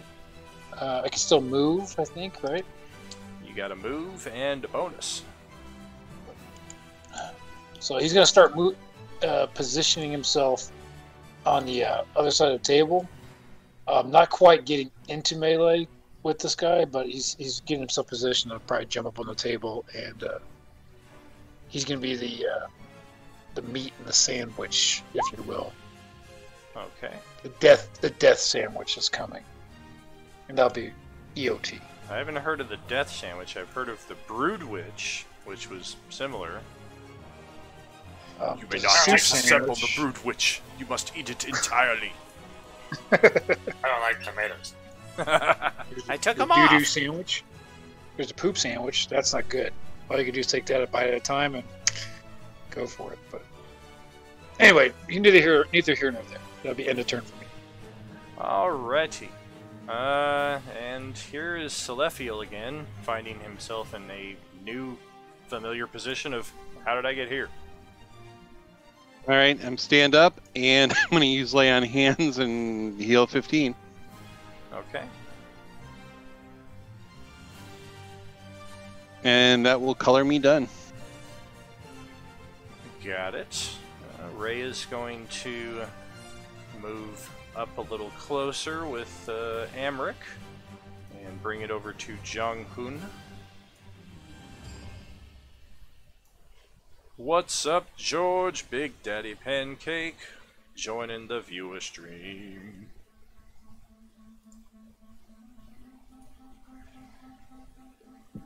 Okay, I'm gonna move there, I guess, and hit it. Okay.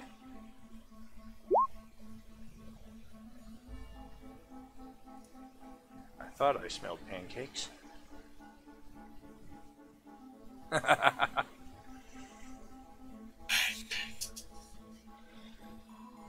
Okay, 23, we got a hit. I will take half of that.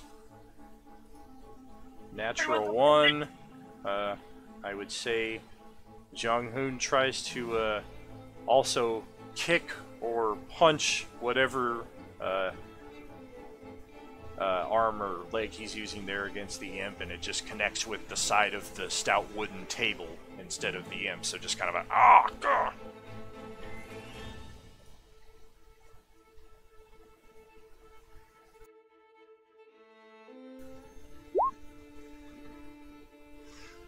Charlie horse, ow, ow, ow.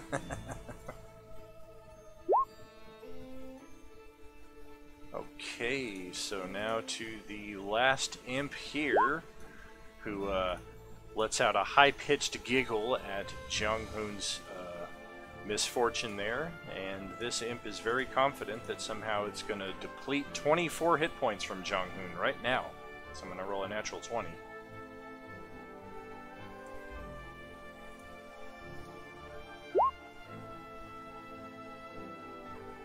Well, or an 8. Either way, let's bring it over to Hezra. Okay. I'm gonna go ahead. I can reach that imp from here. So I'm gonna go ahead and do my Planter Warrior again and lay some smack down.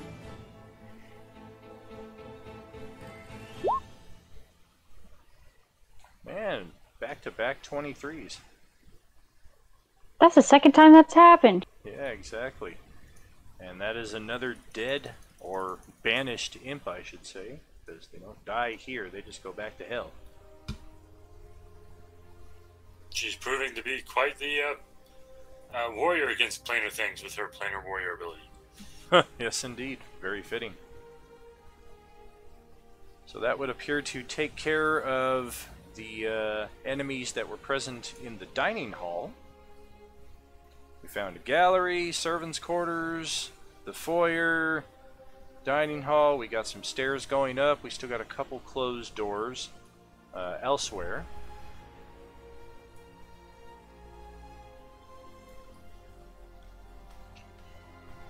Is that a door? That is a door.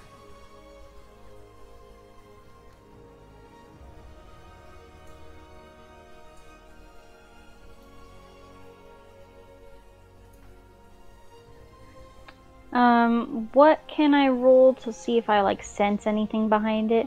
I do have my natural foe, or my favorite enemy, the undead. So if there is any undead, I would definitely feel that without rolling.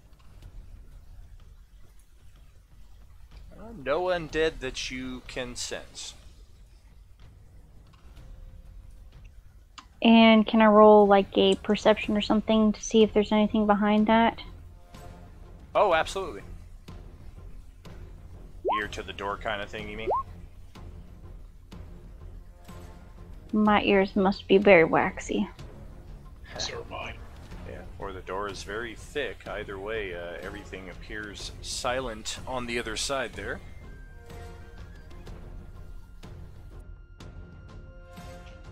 Alright, I'll go ahead and open it. Alright, it would appear you have found the parlor, which contains an austere, high-backed chair facing a pair of padded couches and a coffee table. The drapes cover the windows to diffuse the light coming within this room, and the walls are lined with framed paintings of the Duke, her 3 dead husbands, her 3 sons, and the family's winged cat, which in this instance, unlike the statue of the Duke holding the Tressym, in this case there's clear labels under each painting, who's who, this is this son, you recognize Mortlock Vanthampur, hey, there's Amric Vanthampur without his face swollen to twice its normal size. And when you see the Tressym, labeled underneath it, it says Slobber Chops. Does the Tressym have a rat in its mouth? Not in this painting. I go out and can I grab the wax rat out of this statues? You can. Here. I do that and I don't know, hold it up to that painting. Does that do anything? It does not. Try to like stick it on the painting. Does that do anything? No result there either. Well, then I just have a wax rat now. Yes, you do. I want to see that added to your inventory. I look over at Jeong-Hoon. Can we go into the room? You haven't opened up the room. Yep. Sorry about that. There you go. I look over at Jeong-Hoon like, what are you doing? Yeah, no, I'm totally looking at him over my shoulder like, where are you going with that? That doesn't make any sense. Why would they have part of a statue that you could just take off? You know, that's what doesn't make sense. This is clearly some kind of like trap or treasure or something. Oh, so you thought it might have been a trap, so you activated it. Yeah, because you make a trap to guard the treasure. I used to be a professional thief. I know how this works. I just want to see if there's anything suspicious about the room. That's what my second perception check's for. Is that a winged cat? A man came in here earlier. A dead man. A cat. Means You're world to beat me. me to it. I like to have it back. Let's get back. A dead man. Oh, where is it? I put my hand on top of my head. Sure. More. Okay, so a couple things with that perception check there, Hezra.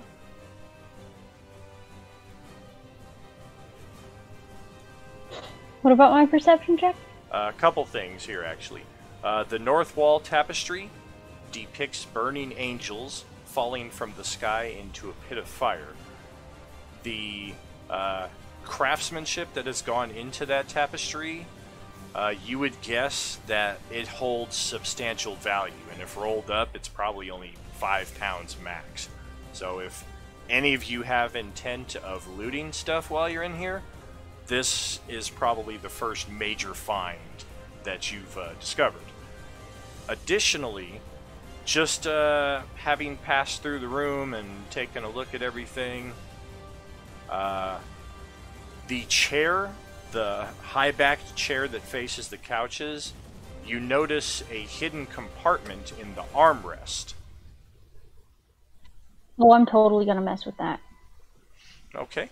It opens very easily to any kind of prodding. It just kind of slides to the side, and it contains a silvered dagger.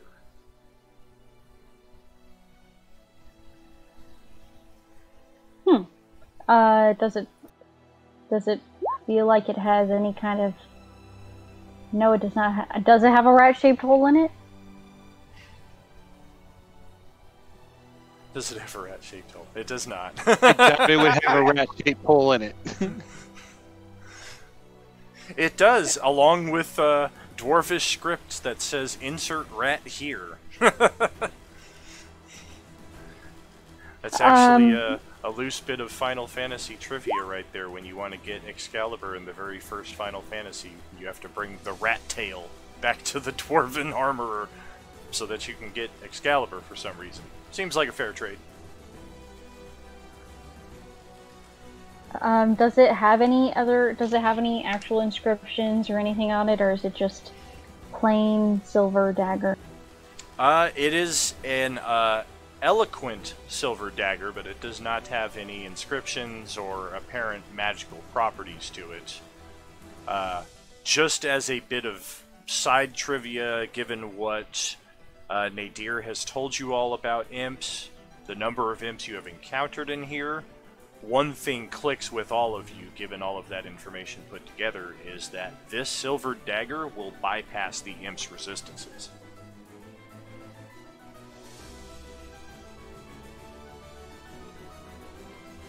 Ooh. Okay.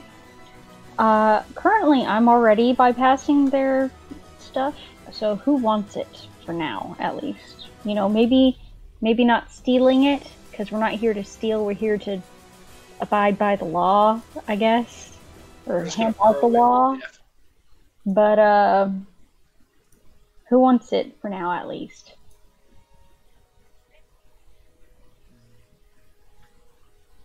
Puny weapon. Go to somebody who can use puny weapons. Jeong-Hoon, you should handle that silver blade. Is that even a monk weapon, though? Yeah, it's a dagger. Puny silver weapon.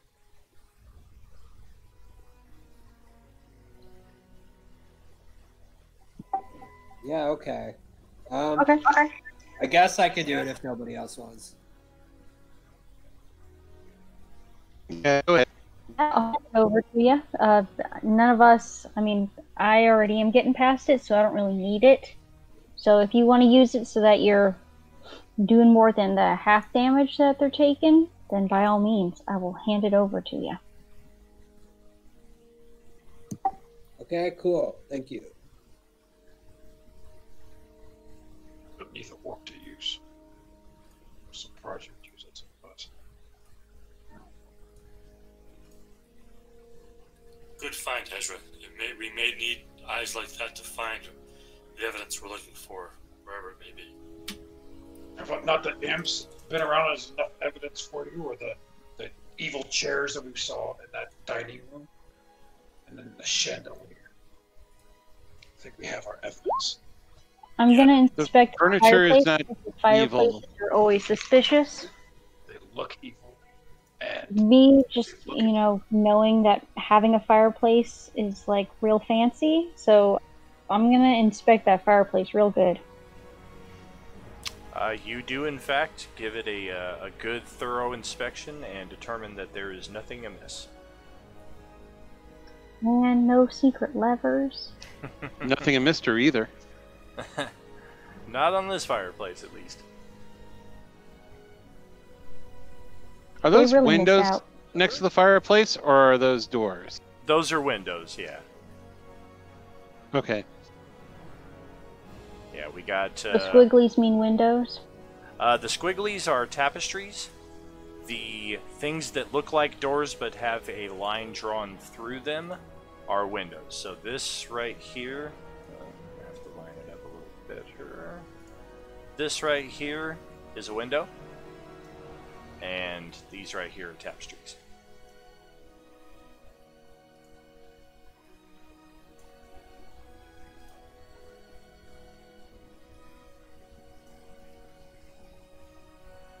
What about on this side of the room? Same thing? In those areas, they are drapes that are covering the windows. Is what I'm in front of a door? That is a door. Let me roll my perception. Is there anything that I can tell behind the door? Based on what you hear from the other side of it, you would guess this to be the back door. So you're probably about to go back outside.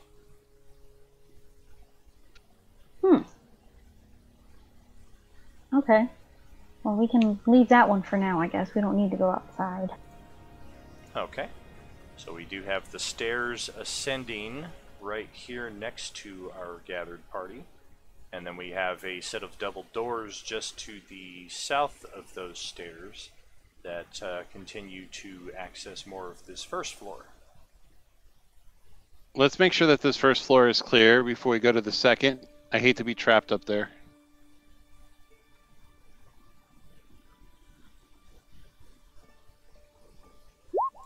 Once more, then. Anything behind the door? Oh, yes. Some clanging metal, some crackling fire, and the scent of... excuse me. The scent of a kitchen, essentially. You smell 3 or 4 different things being cooked together, and it occurs to you that you've not yet had breakfast today, and your mouth is watering from the smells on the other side of that door. Smells like pancakes. We should go in there now. George, are you in there? Pivotal evidence is in that space. My perception was a 6, so I don't know if you're just bluffing it, or if you're being serious that it was that obvious it's the kitchen.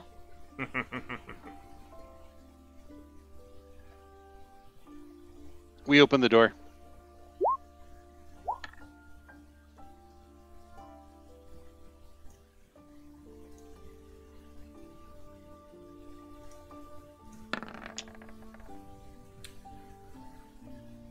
Alright, and the pleasant aromas waft further out of this area into the gallery that you're currently in. You see a cook standing in front of the stove and the fire pit up on the northern side of the room.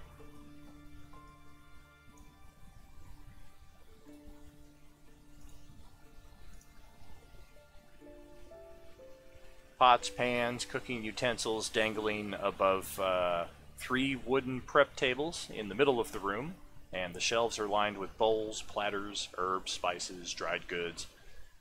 There is a dumbwaiter on the north side of the chamber there, near where the cook is currently standing. Actually, no, that is over here. That's this small chamber here on the west side of the room as you're entering. That is our dumbwaiter.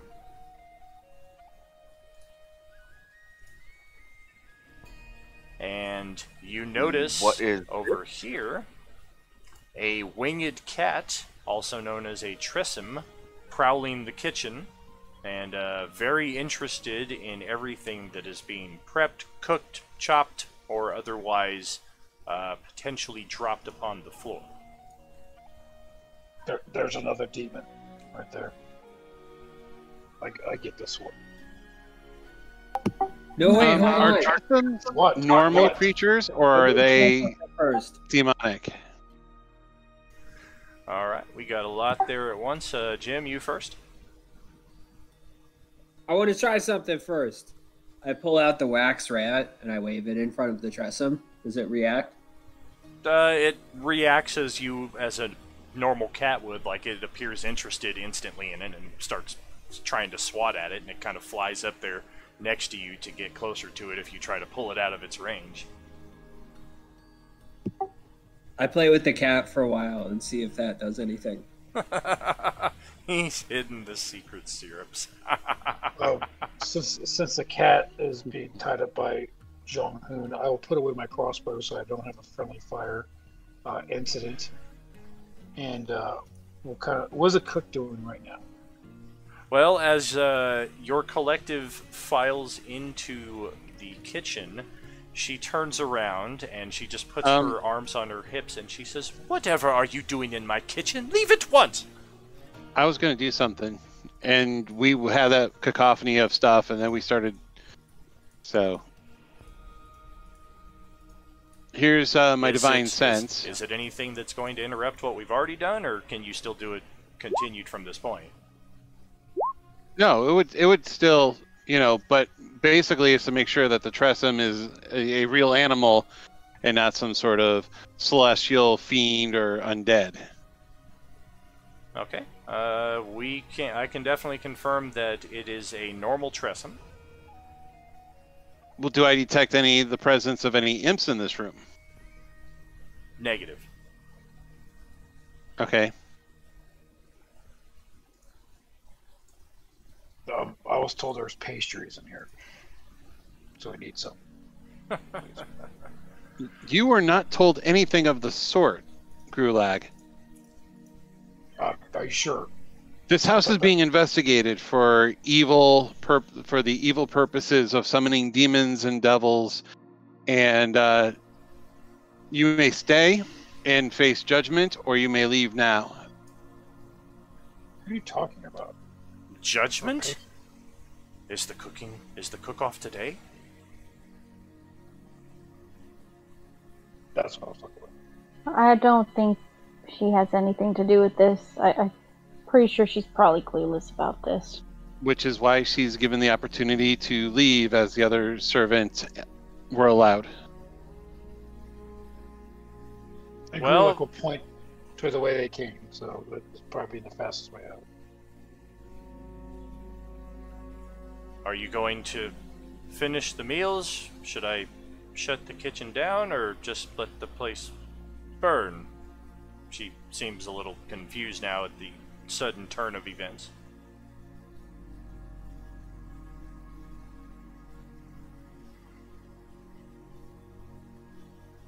I don't Oh, the suppose flying cat! The flying cat! It's real. It's real. Probably shut the kitchen down will probably be a good Yeah, he's in idea. front of the No camera. need to burn the house down. I will ask the cook, what are you cooking for? Seems like a lot of food. I'm cooking for the Duke and her guests. Were you going to take this food to her? Who are her guests? It's a rather fussy man. I've never met him before. He's a newcomer. Not certain which room he's staying in. There are others to be expected, the usual family, house staff, etc. And are you to bring the food up to their rooms? No, I assembled the food in the dining hall. That's where they meet for their meals. You call them down when it's ready. Correct. On occasion, I may send a meal up through the dumbwaiter. And that goes to the Duke's room? It does. At least I believe so. I'm generally not allowed up there. I assume it goes to the Duke's room. How big is the dumbwaiter's opening? Like, is it like a traditional one, like a small space? Oh yeah.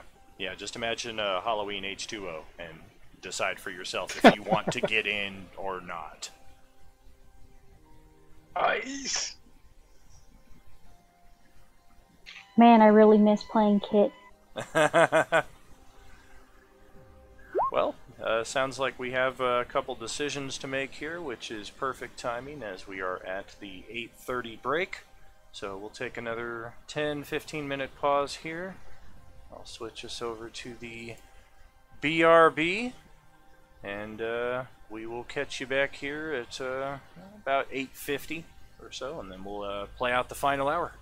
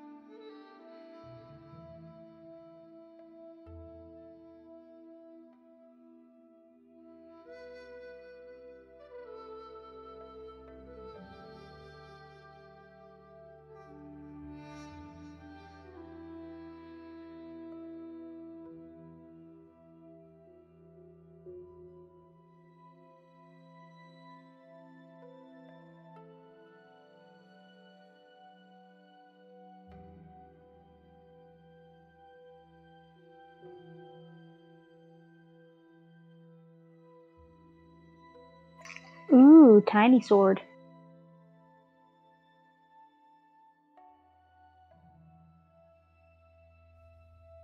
Remember where that came from? No, where? I got it. I'm trying where I get. Oh man. Oh, I got the letter. It's a letter opener, right? It's like a. Where man was it? The New York Renaissance Fair? Is that where I got it? Got it for you? It may have been. I don't really remember. I just you mailed it to me. I think that's where I got it. After I dipped it in the blood of my enemies, of course. So you are welcome.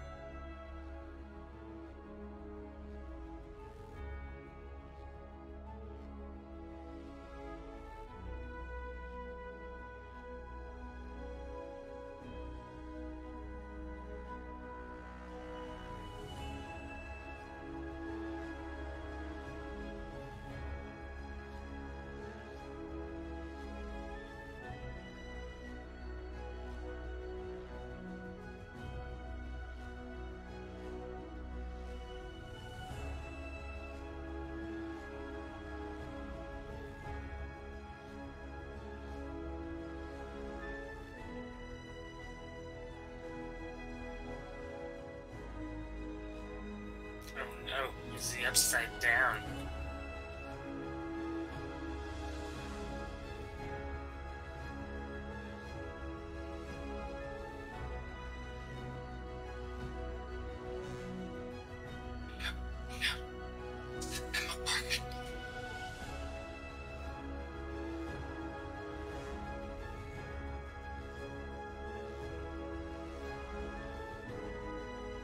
We have a mini of a one of those things from Stranger Things.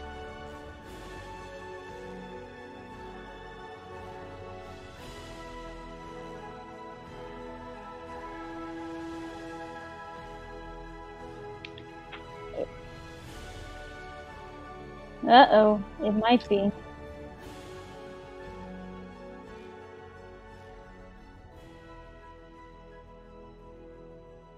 She sat up.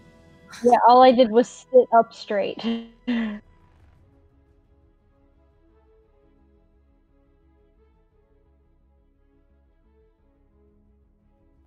Yep. Yep. Fantastic. We are good to resume then.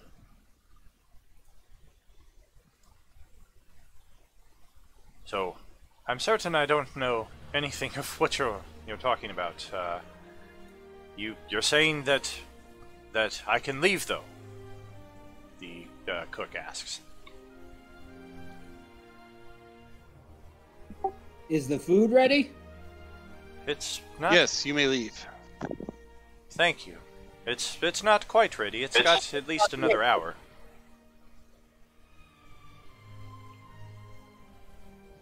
Do you need to be here to cook it? I would recommend shutting everything down, lest the villa burn down while you are within it.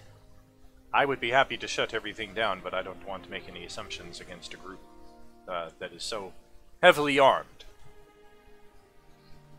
Go ahead and shut everything down, and then you may leave.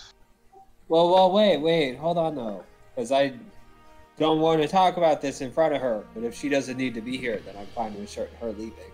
But don't shut it off. We'll shut it off if we have to. Very well. As long as I am free to go.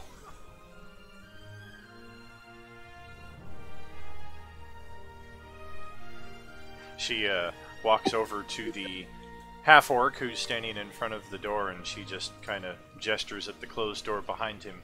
May I, please?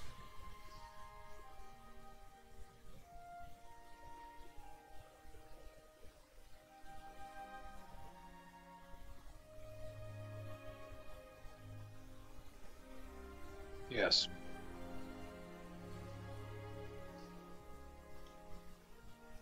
Alright, well, she slides in there next to the orc, pressing herself as close to the wall as she can. And Just then steps aside.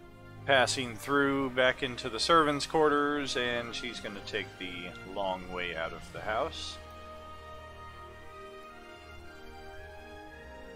Why did you not let... I gave her an order to shut everything down so that we wouldn't cause an incident that may end up in our own deaths. Why would you possibly not want to do that? She said she's cooking this food for the Duke to meet with some dude, right? Some fancy looking dude. I bet it's related to all this devil stuff. So if we pretend to be waiters and serve the food, they'll talk about all this devil stuff in front of us. That'll give us evidence. Because she's not just going to spill that, if we bust in and beat her up or whatever, right? This is the way to get evidence. I think they would know who they hire to work in their home. We're new guys. And I shall not partake in such a deception. While the idea has merit, Hezra is correct in that I'm sure, while the guest might not know who we're supposed to be, the Duke will see us and be like, who the hell are you? The butler hired us. And the butler's not here, so he can't contradict. Ah, it's my new bugbear chef. I was waiting for you to attend. I'm just saying, from like a meta out of character perspective. Wouldn't And that besides, be the most fun? look at the composition of our group. Yeah, exactly. Wouldn't that be the most fun? Oh man. We're not here for fun. We're here for justice. Okay, but like I'm saying it again in a meta out of character sense. You know, like what? We're gonna bust up there and fight her, and then she's not gonna say anything in the same way that her son didn't say anything. You know? It's like a more fun story if we do it this way, even if it's more likely to explode. Yeah, no.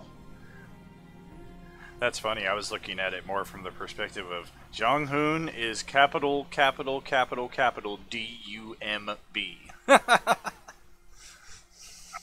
As stated in his initial. Oh yeah, as stated in his initial character description.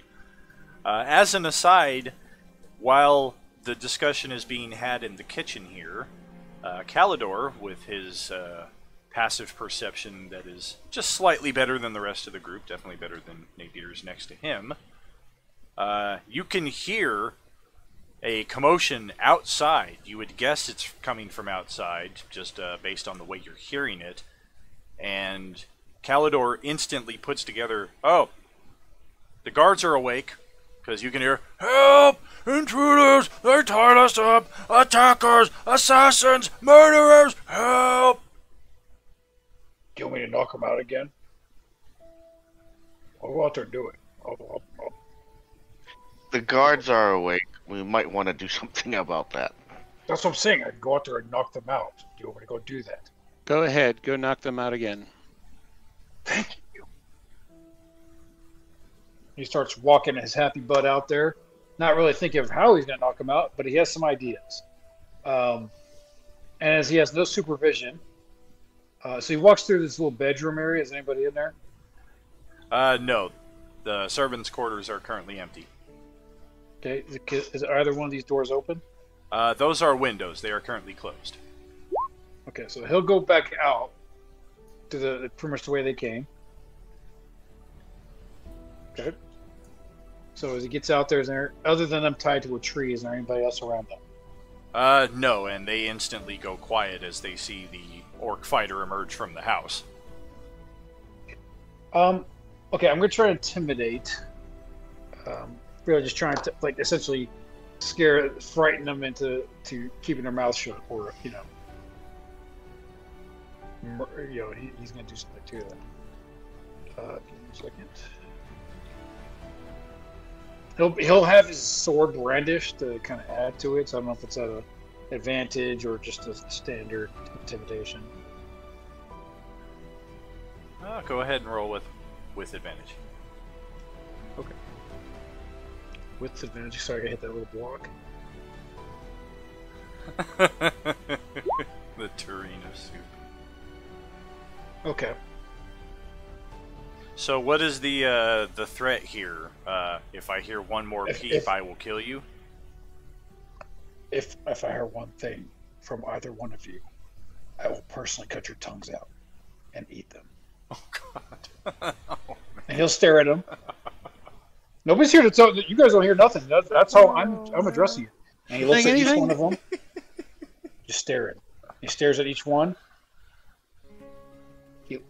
You feel confident that these guys may never say another word again to anybody in their lives.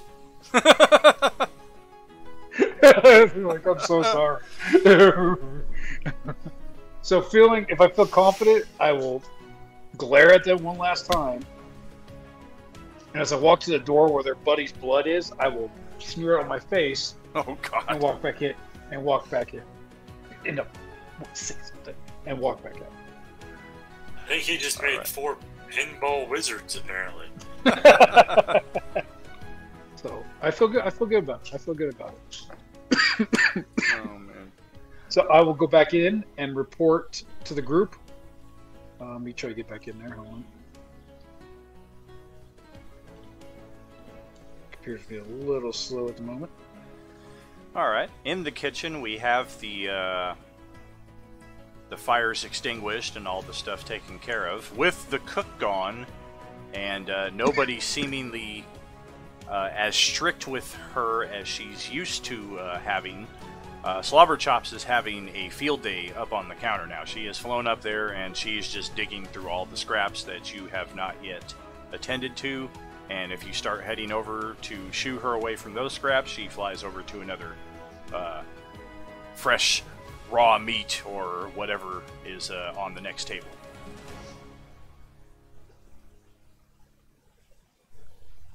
Go for it, Slobberchops. And then we have Gruhlak coming back in with fresh blood on his face. Well, it's the blood from the door, but there is blood on his face. That's clearly he's probably marked, put it all over himself. So they are unharmed, and they will not say a word. Ever.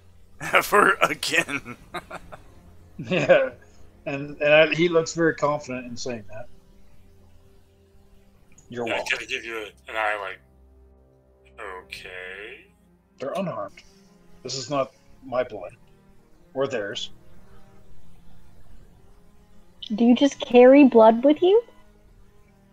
It's blood from a person that I killed earlier, but it's not them tied to the tree.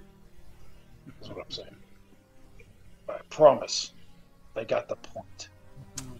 All right, let us get moving upstairs. Very well. We do have two doors that lead out of the kitchen area here on the east side that are as yet unexplored. I mean, I'll go. let us go explore these two doors that we get. Let me go ahead and roll my perception to see if there's anything behind this one. And I believe I know who did her not- guest is, by the okay. way. We had heard that the high priest or whatever from El Torel was Yep. gotten sanctuary from her. Yeah, the High Overseer, Thavius Krieg. Did he have something with so many demons and devils? He was the guy in charge of the city that got sucked into hell. Yes. So I rolled a 19 on perception for that bottom door. Yeah, the bottom door is completely silent. You do, and yeah, there's just nothing on the other side of there. Cool. Alright, I will open that door. Alright, and you have discovered... I'm thinking it's pantry. That is correct. See if I can find this door to actually get it open.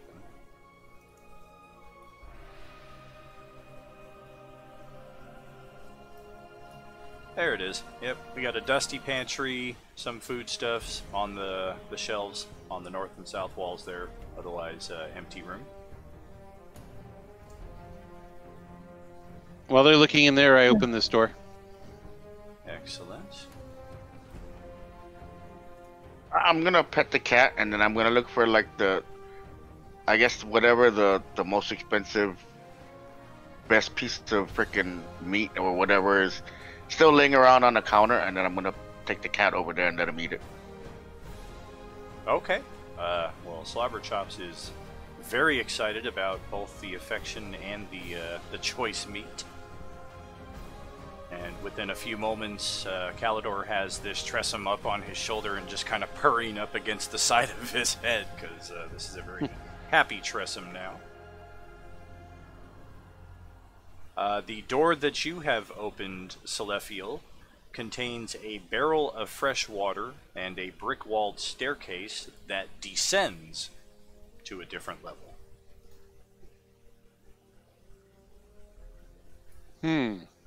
So it would appear that we have now thoroughly explored the first level here. Let me just double check everybody's maps. Still some exterior grounds that we may want to cover just to make sure there's not another group of 20 guards around the back side of the building, but you would guess not. But just in the spirit of checking everything, you may want to explore the exterior grounds. Otherwise, you've definitely explored everything here on the ground level of the villa, best you can tell. And you have the stairs going up to the second level or down to the basement. I'm tempted Yeah, to go to the basement first. Basements are usually where more diabolical things are held because it is underground and much less to be sighted by normal everyday people. I was gonna say that stairway going down isn't ominous at all. I would say that we should probably check there first. Other than her personal offices and quarters, it's most likely to be an area where things would be hidden that they didn't want to know publicly. It'd be good to get like solid proof, you know. All right, I'm going to start heading downstairs. And we know that her and her guests are likely upstairs, so.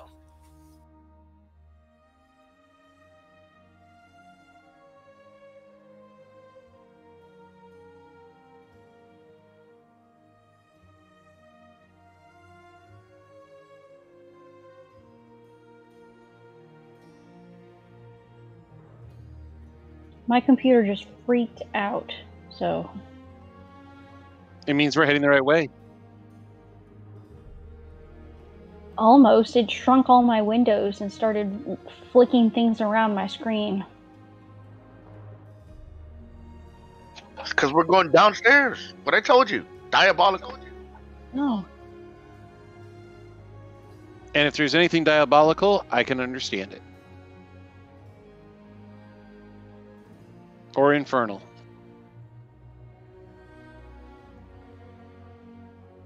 Alright, my computer is back to normal as far as I can tell. I will be right back.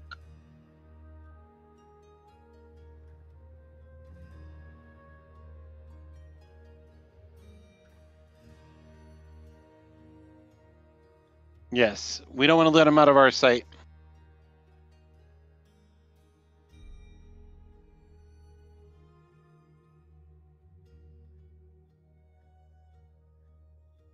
I appreciate your assistance.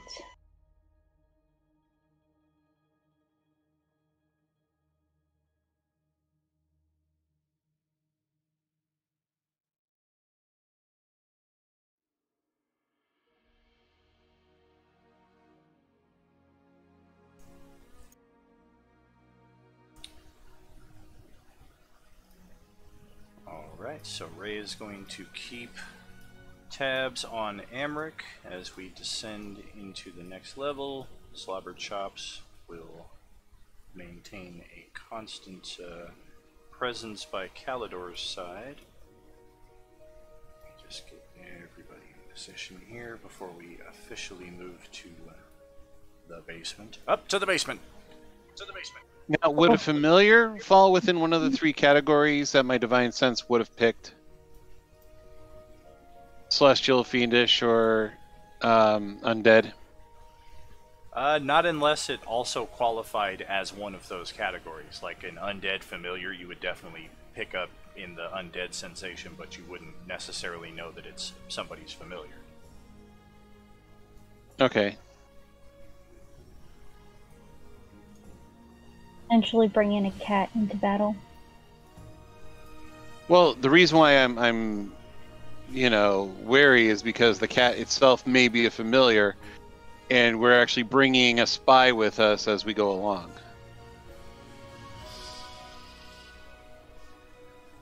That may be. I mean, the cat does have a high importance as per the portraits and the statues concerned.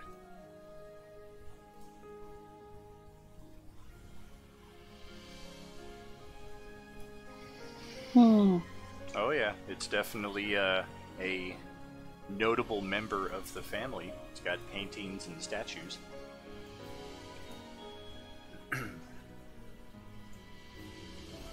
Do we know if these creatures are intelligent? Are they like as intelligent as a regular cat, or are they more intelligent or less intelligent? I mean, I would ask if it was smarter than Jeong-Hoon, but it probably is. I'm gonna cast Speak with Animals real fast. 1 second here. Just gonna post this right here. This is pretty common knowledge.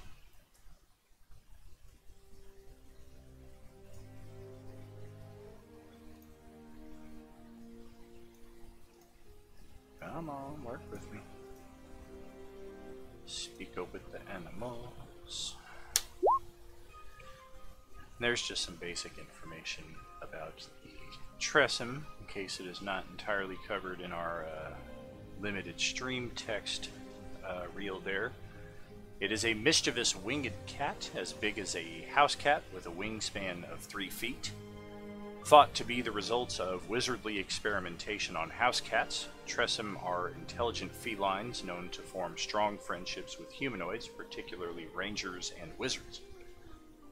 Tressum get along well with others of their kind, but they rarely lair or hunt together.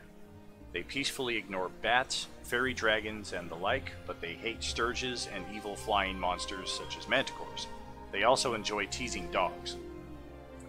Tressum feed on small rodents, birds, and insects, stalking and pouncing on prey as normal cats do, but with the added advantage of flight. Tressum don't, however, attack nestlings or despoil eggs. They mate with others of their kind, but they don't mate for life. A Tressum can also mate with a normal cat, though only 1 out of every 10 of their offspring will be a Tressum. The others will be normal cats.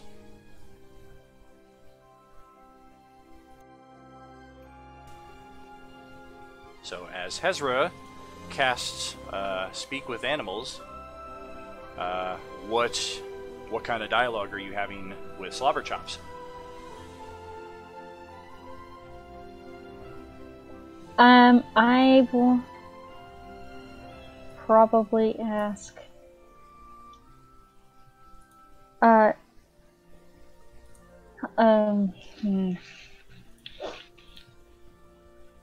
I'll probably, say something to the effect of,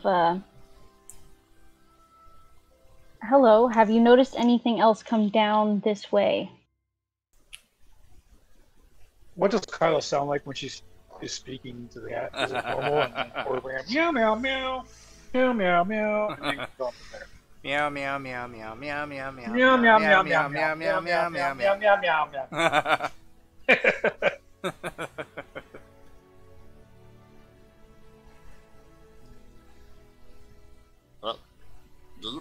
Hello?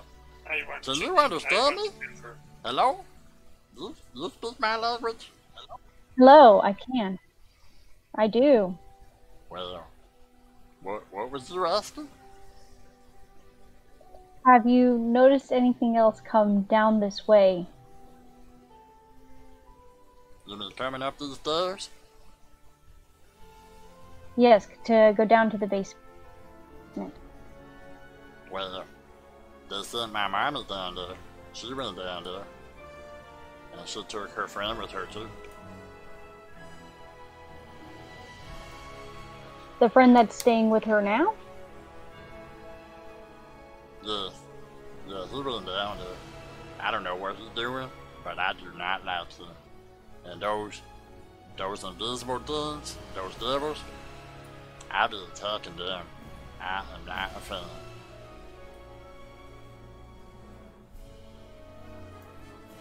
Is he one of those devils as well, or is he just a human?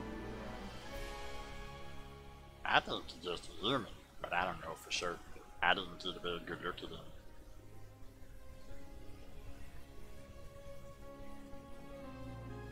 Can we understand her side of the conversation, or is it meows? It's all meow meows.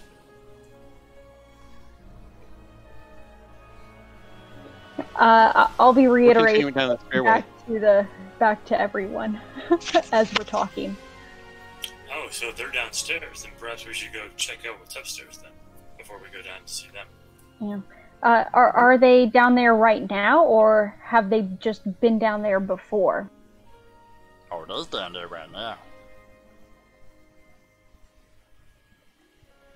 Gruhlak will try to communicate with the cat, also mimicking the We sounds that Kyla was making.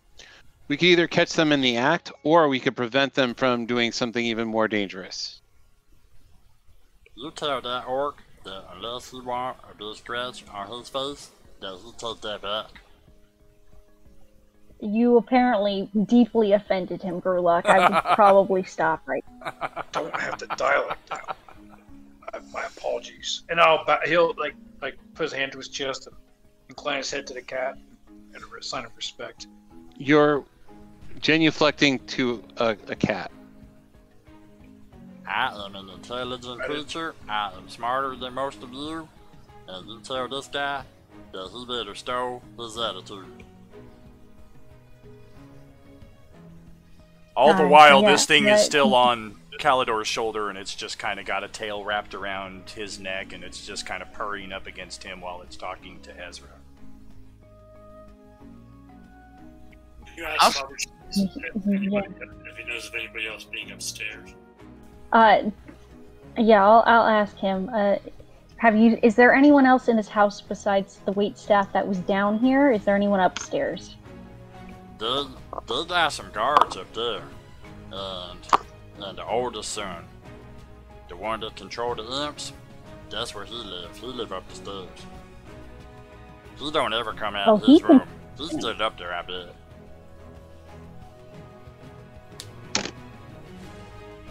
He's the one controlling the imps, though, huh?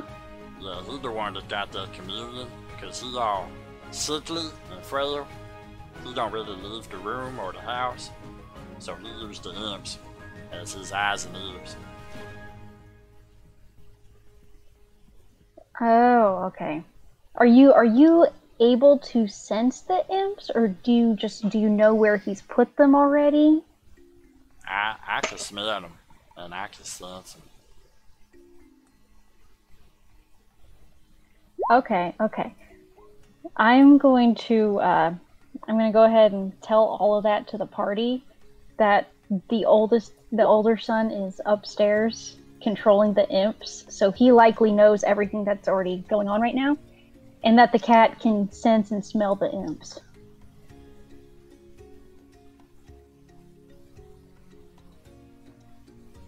So do we want to go upstairs and handle the older son, or do we want to go downstairs and talk to the head of the house? The Trestle said that she's doing something with that guy downstairs, and he doesn't like that guy, right? So maybe that's like time sensitive in some way. Like we should go down and stop that first.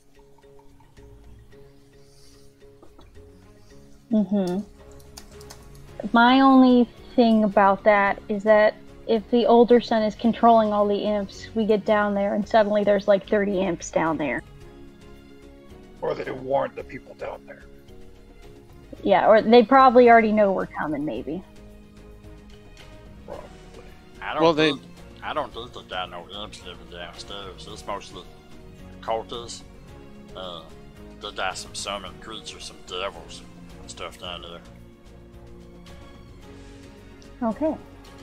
He says that there's cultists, creatures, devils, and stuff downstairs. But there's no imps. You know, that's the plus. We must stop them before they do complete whatever they're doing. If they're doing a ritual or something to try to send Baldur's Gate to the same place where everything else has been done, this is the most important thing right now. We could deal with the brother later. I'm continuing down the stairs. All right. I'm going to tell the cat, we're going to head downstairs and we're going to try to stop whatever rituals your mother is casting or trying to get done, because she's going to end up destroying the entire city, and then none of us will have any fancy meats to eat. So...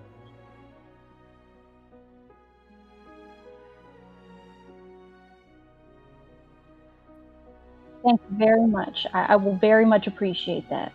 I'll let the others know. If the cat's hissing, there's something invisible that he can sense. I'll follow Selaphiel down. What? Or the orcs offended him. I apologize. We're fine. I apologize sincerely. Okay, I'm still walking down the stairs. The orcs apologize very, very much. Okay, we're all going to go ahead. I'll fall right behind Selaphiel. Yeah, unless he jumps off of Kalidor's shoulders, he's coming with us anyway.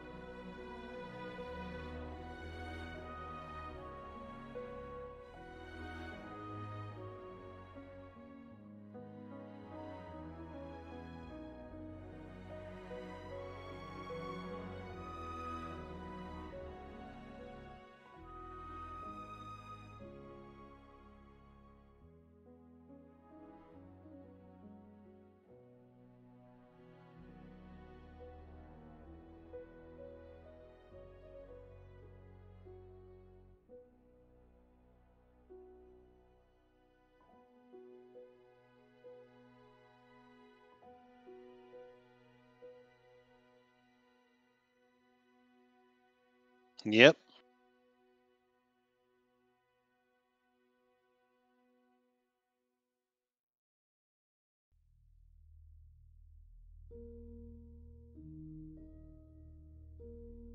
Oh, have the stream mic there muted. We are now down in the basement level here.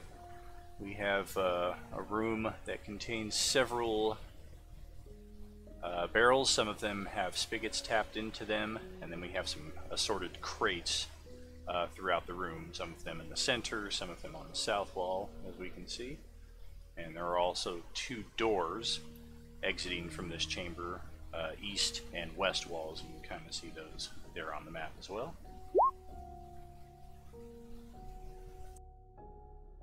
I was trying to listen through the door I'm closest to, just to see if I hear anything on the other side.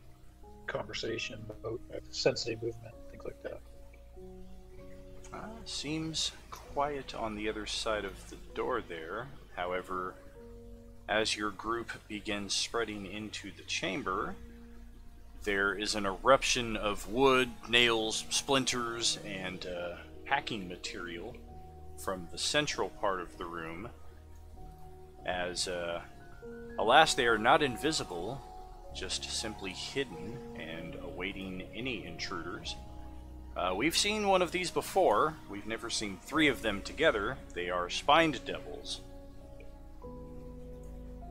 And as they erupt from the crates, Slobberchops is perhaps a little late on his hiss warning, as all of you are quite aware of their presence by now. And this sends us into yet another initiative.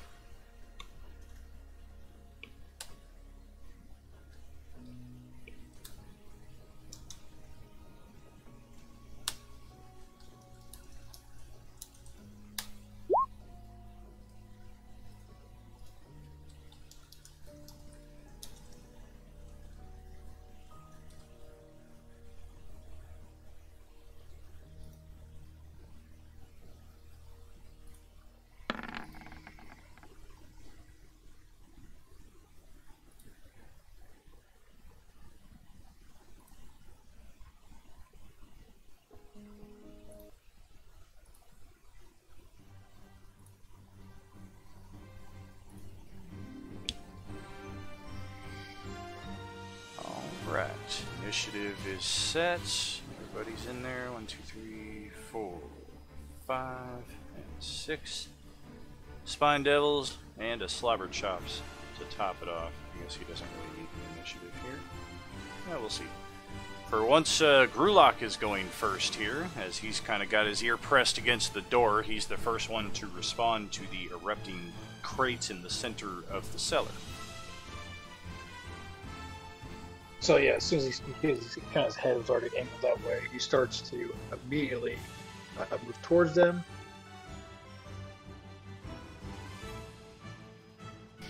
Kind of moves over to that. Actually, one more.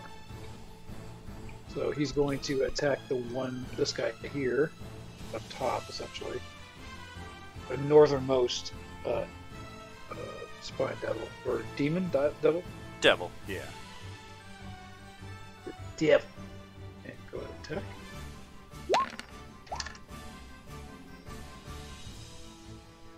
Yeah, another 8. Man, what's up with your dice, man? Oh, that's weird. Yeah, my AC is definitely better than an 8. And remember, these things have some pretty decent damage output, especially if they start flinging their tail spines at you, as Kalidor can attest. No, he wanted to take the offensive too. But yeah, that's all he can really do. Alright. Yeah, the good news is that they got the jump on you in the surprise, which was to break free of their confinement, and now they go dead last in the initiative, so maybe they won't even get a turn. Selaphiel, your turn.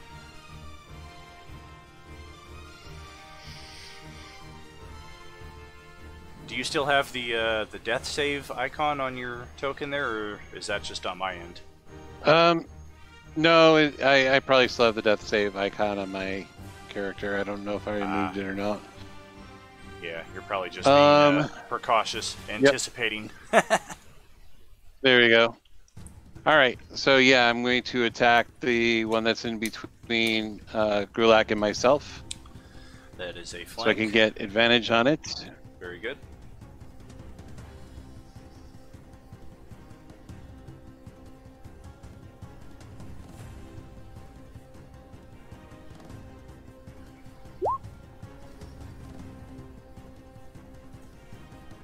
$16 is good. The AC is 13. I believe. Let me double check. Yeah, same deal as the imps. The spine devils have a resistance against non-magical damage, so that will become 4. All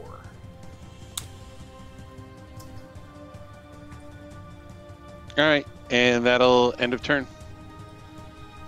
Okay, that brings us over to Jeong-Hoon. Can I walk over these barrels or climb over them or something? You can. They're considered difficult terrain, so it'll just cost you 10 feet to enter each of those squares. Unless you want to roll an athletics check to just kind of more quickly circumnavigate.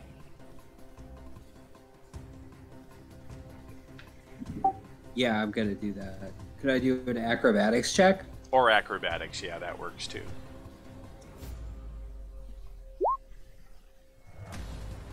Yeah, you'll be good for this round. You can just kind of find the secure areas and hop skip along the tops of the barrels. So I'm gonna run along the barrels to get there, and then I'm going to attack this one with flank. That'll work. Yep.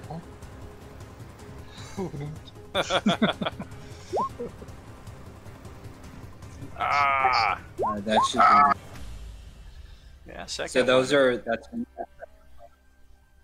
because flank. Gotcha. So yeah, we got one successful attack there.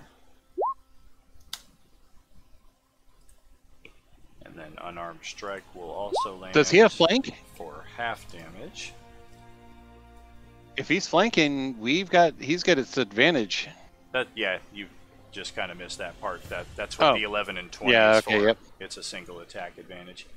So yep. Yep, I got it. Full damage from the dagger, half damage from the unarmed strike, and over to Kalidor.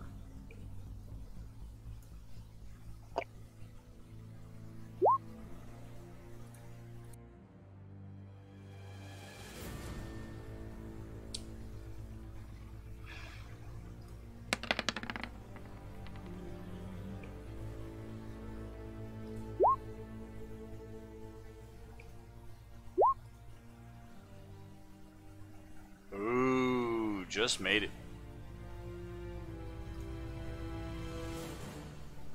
Oh, yep, that's it from me.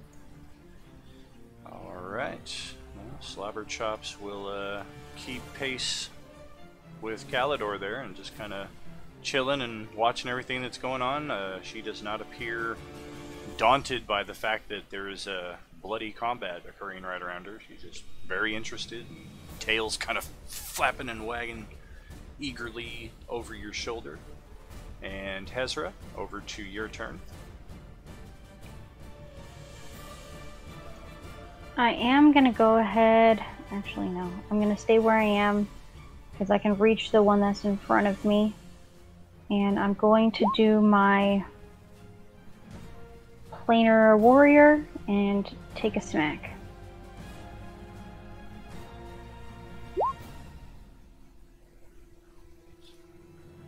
And do I get the advantage just for future reference? I know I got it on the first one, but for future reference, do I get flank with all the people behind him? There would have to be an ally in this square here for you to gain flank. Got it. Okay. Yeah, your initial move. I got it in the first one, so I'm not too worried about it. Right.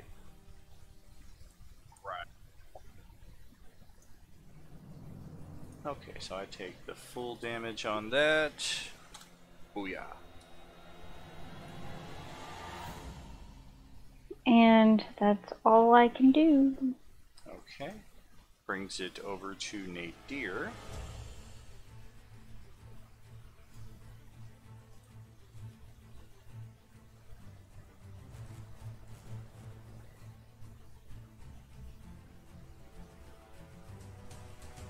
I'm going to go after the one that Hezra just attacked. Okay.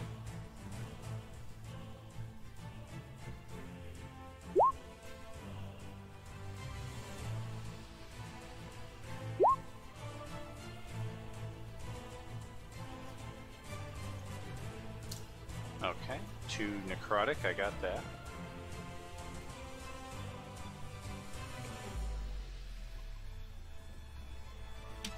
I'm going to stay right where I am, kind of behind Kalidor there.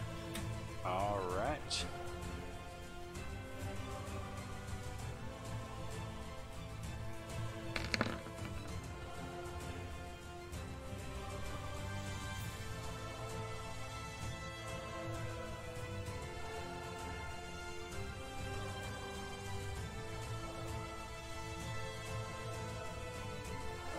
Okay, Spined Devil number 1.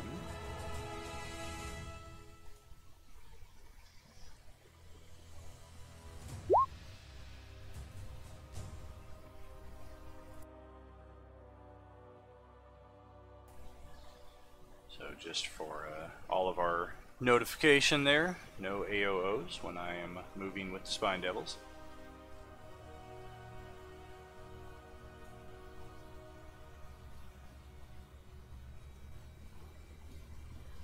And yeah, I think we will just move over to here.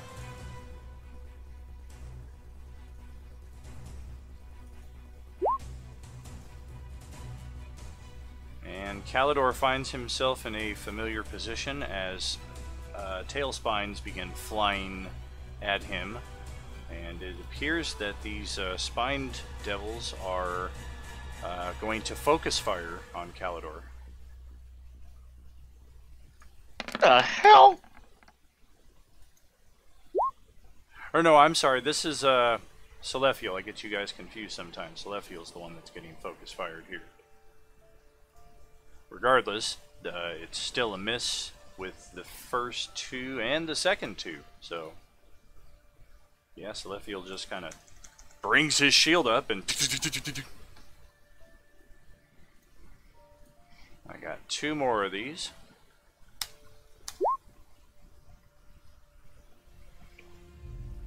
One of them finally gets through, but otherwise 5 out of 6 attacks there, they just are absorbed by his shield. Except for the 6 piercing, 5 fire.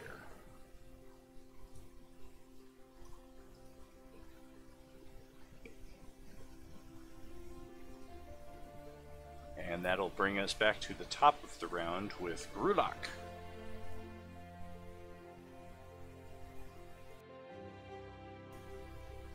He wants to try to finish the job on the one he originally attacked, so he's move at him.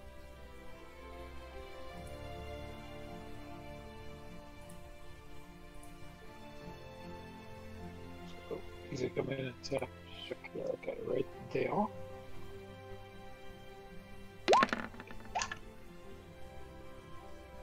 Okay.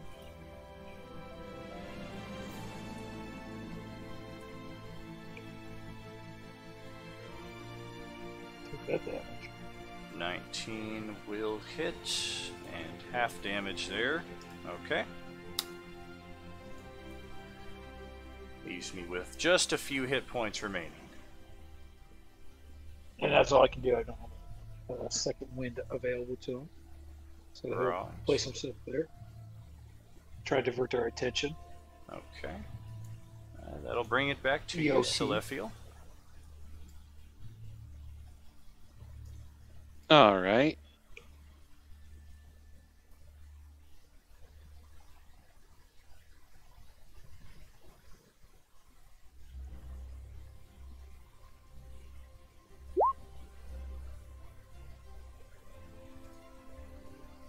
I don't have the advantage, though.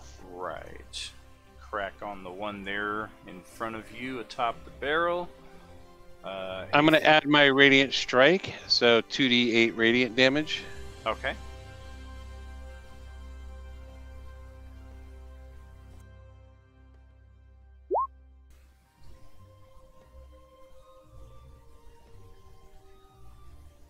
Doesn't Smite able to do more against devils?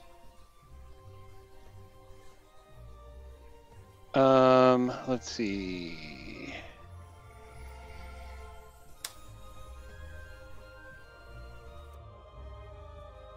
Where is the Divine Smite thing? Divine extra damage is 2d8 for first, plus 1d8. The damage increased by 1d8 if the target is an undead or a fiend. So I get an extra 1d8.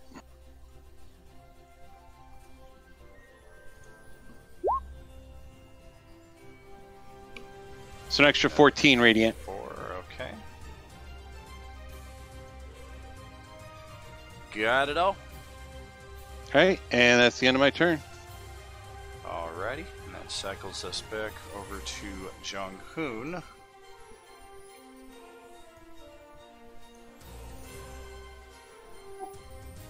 Okay, I will go down and try and get this one, I guess. Very cool.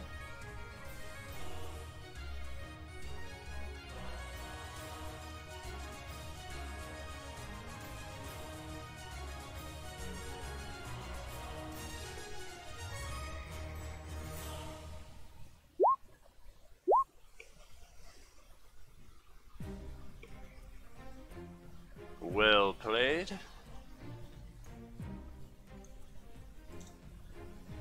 Sadly not a better crit, but both attacks will land. However, the devil is still here on this plane.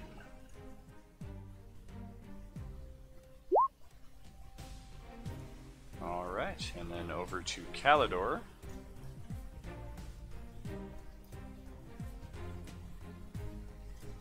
I can't see Selaphiel from here.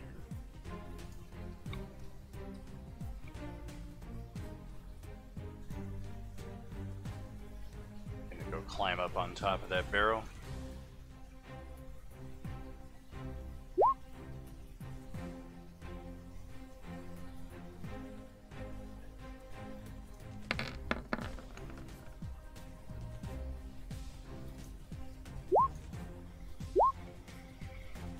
Advantage on both saves, so the first one makes it on both counts, and the second one fails it on both counts, which is fine because that's the one that is getting banished.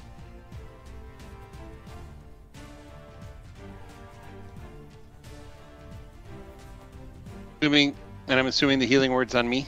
Oh, of course. Thank you, sir.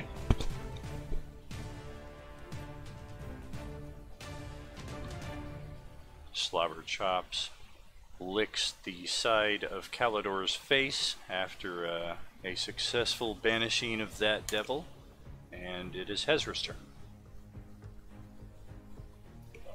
Alrighty, I'm gonna move.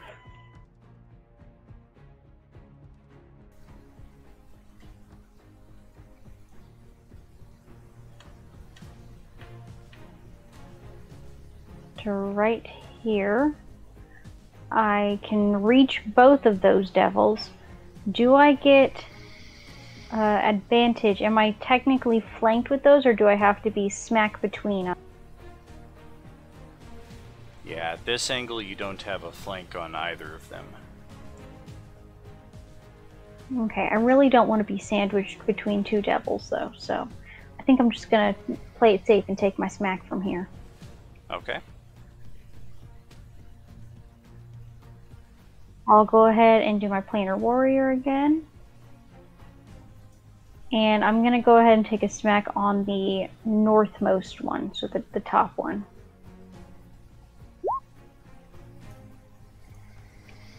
Oh, it's a miss by 1. No. Give me 1 sec to think.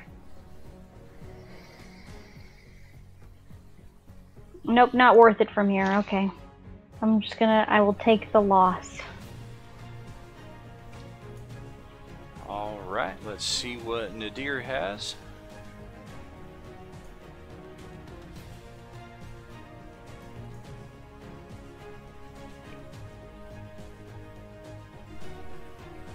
Let's try to end one next to Gruhlak since it's the more damaged one. Let's see if I can take that one out. All right.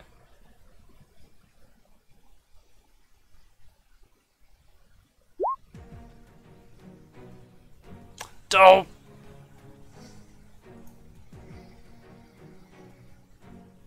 Guess not. Next. All right. Well, next would be the devils. And That was juky left and right. I think I will move out of this crappy situation. And this time we will focus the tail spikes on Kalidor, as he is the one who is obviously healing people.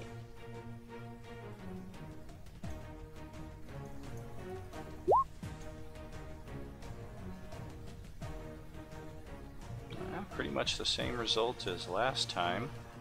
The 21 will hit Kalidor for 6 piercing, 4 fire. Otherwise, Kalidor is safe from the rest of those attacks as we bring it back to the top of the next round, and Gruhlak. Freaking spines. Could you come face to me, face to face? Yeah, we don't play that way. He moves from that corner and just attacks that northernmost spine devil. Okay. Yeah, you're lucky the ceiling's only 10 feet high in here. Otherwise, I'd just be chilling up at the ceiling. Ha ha ha! Good luck. Oh, there's that natural one I called earlier. Wait. For it. For it.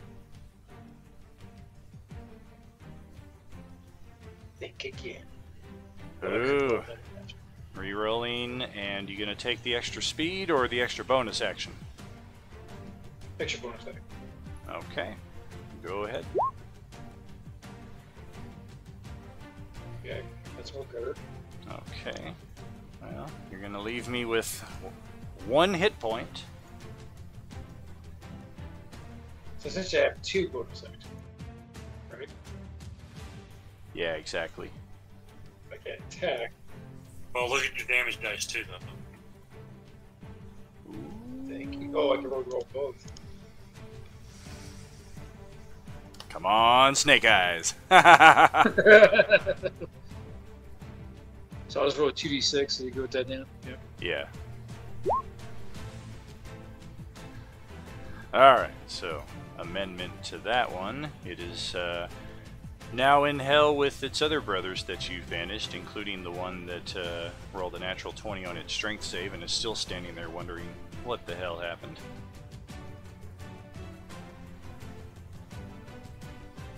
So I will.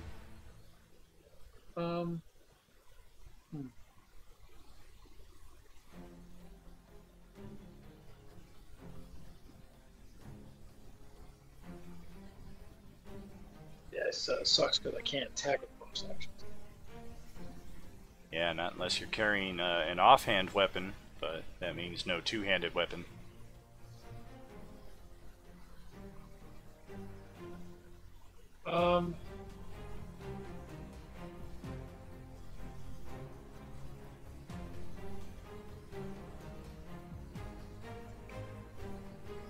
Okay, then I will kind of start trying to move towards this spine devil, give him several targets to key on. Not attack Kalidor or Selaphiel like you were thinking before.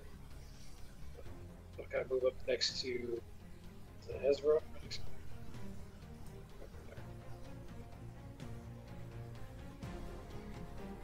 Just moving up then. Yeah, because there's not much else I can do. I don't want to use my second wind right now because I'm not too badly damaged. Gotcha. Okay, Selaphiel.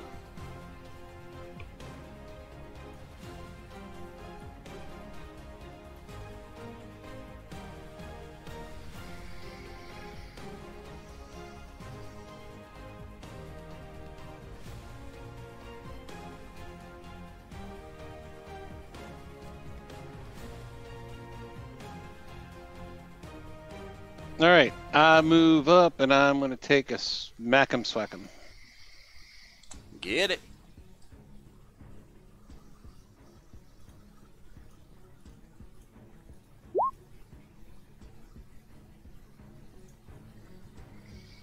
All right, got that.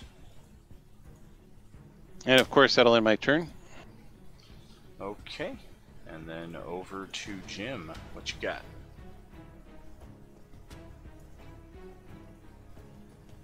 Let me try and get this.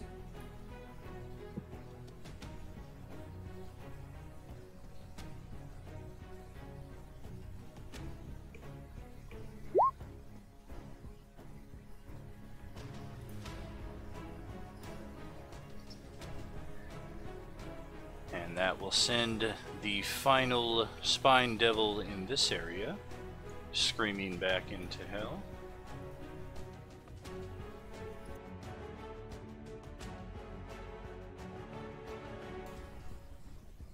Effectively concluding another initiative.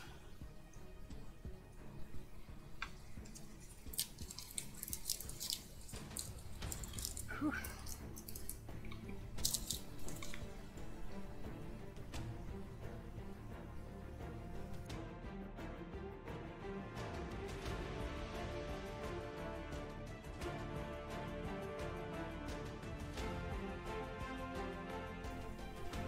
So we got the two options for rooms that leave here.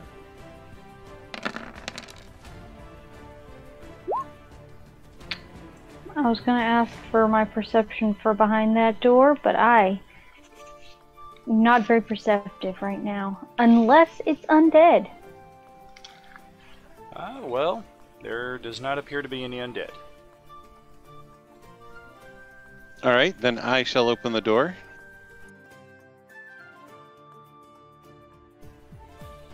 You have found the wine cellar, containing more than 200 corked bottles of wine displayed in a 7-foot tall wooden racks that span the west and south walls. Empty wooden crates are stacked in the middle of the room.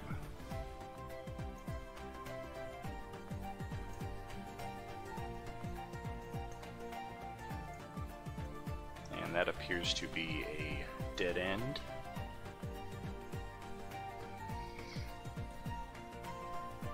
Yeah, if any of your characters are wine connoisseurs, this is definitely the mecca, at least thus far in the campaign.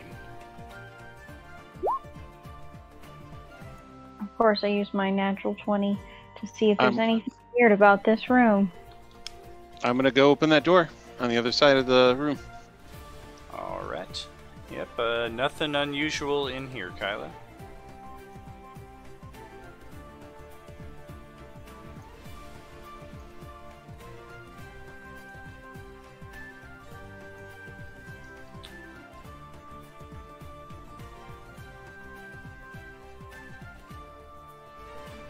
Okay, so here we have a potential. Let's see what the dice say.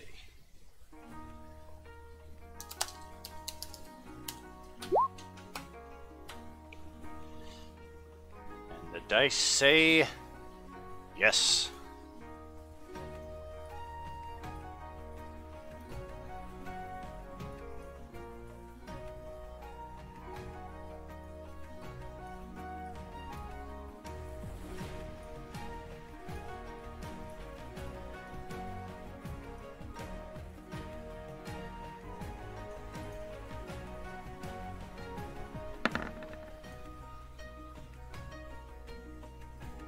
Alright, hold back a little bit before you officially start heading into this area.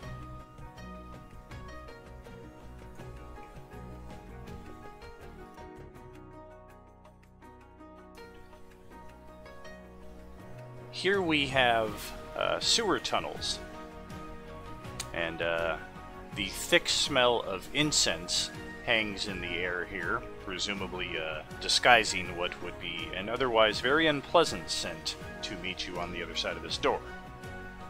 There are smooth stone trenches cut into the floors that channel water and waste southwards from the position that you're currently entering.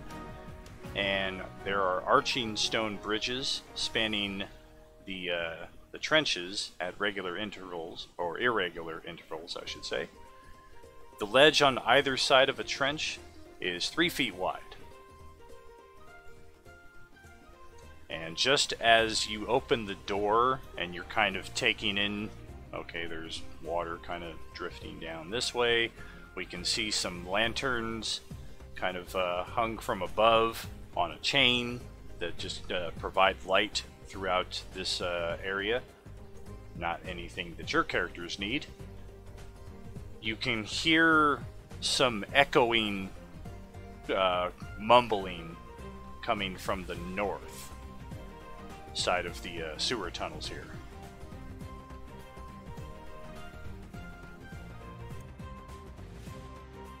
All right, I shall head on in.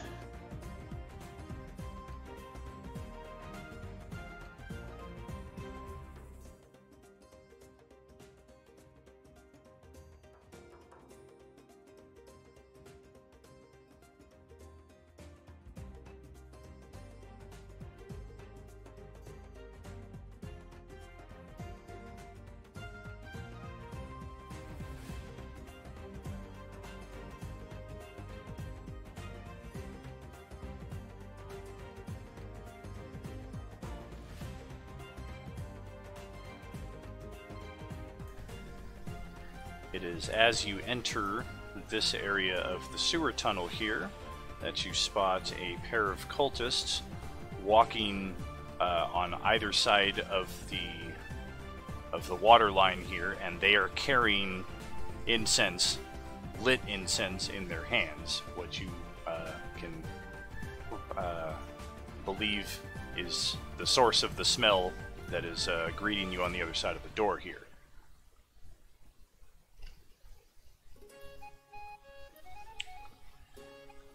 They call out in alert as your characters spill out into the sewer trench here.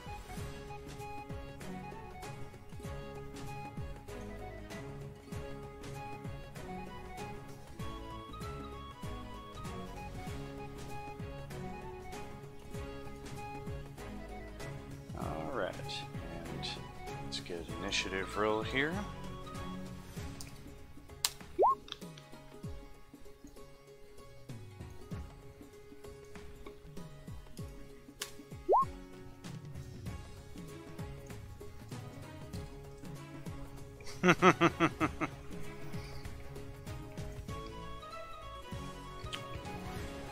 Well, these cultists appear to have been caught with their pants down, as I'm going last for the second initiative in a row here.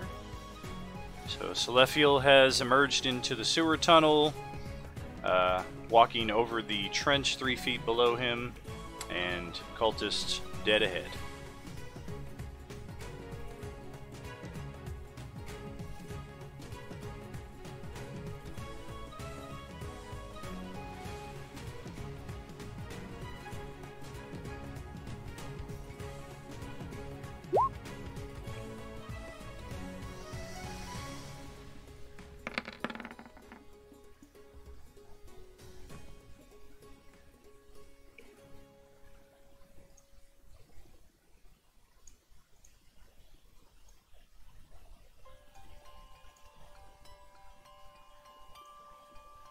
That's kind of funny.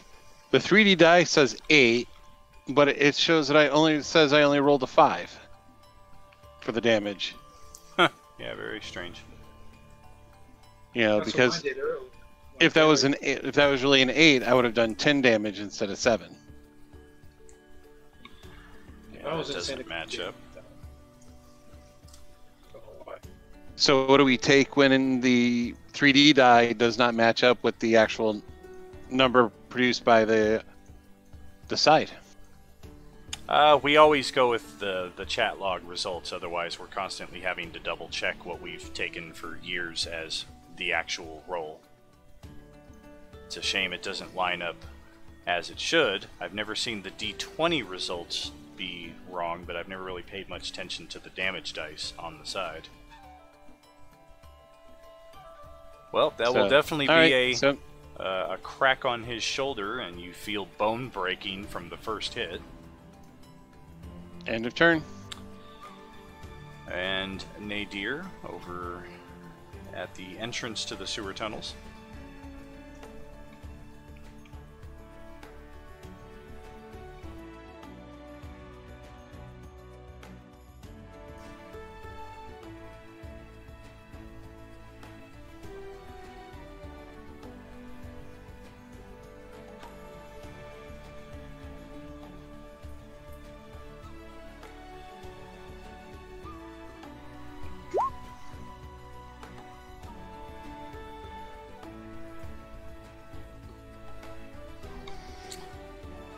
It's a rather humiliating death for that cultist, as he is instantly caught aflame, and he tries to put himself out by jumping into the sewage, and it basically just results in a dirtier death.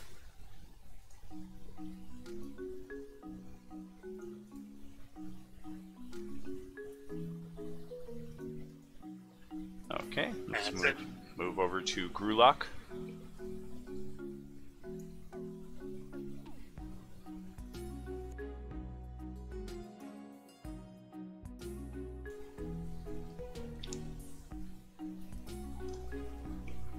So it's what? How many feet? 3 feet down in that little gap where the water is? Correct. Okay, so I could traverse that area, get to this cultist here. Oh yeah, or you could roll an athletics check to just jump the chasm there. Well, let's try athletics check just to make it a little fancier. Although I refer to that little tiny gap as a chasm in the same vein that you refer to our devils as gentlemen. So go ahead and clear that little gap there, the massive chasm of 5 feet, and yeah, lay in. Okay, so he just runs over, effortlessly jumps over and attacks this guy.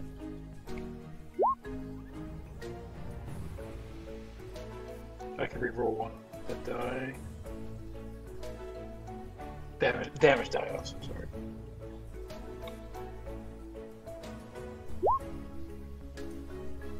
Okay, take that. It's 15. So that would oh make yeah, it, yeah. You just kind of rush up, clear the chasm, and this guy's head goes flying to the northwest, and it kind of lands up against the far ledge over here. And yeah, both cultists are not only dead before they get a turn, they are both dead only 3 initiative ticks in. So that will end another very quick initiative sequence there. And feel free to spill out into the larger sewer tunnels proper here, and you can kind of get a idea of the directions we have accessible to us. To the north and south, they both round corners, and you see a different connecting passage to the east as well. So we're going to have a couple different options here. If you want to take a brief peek to explore those, this will be pretty much where we conclude our session here for tonight.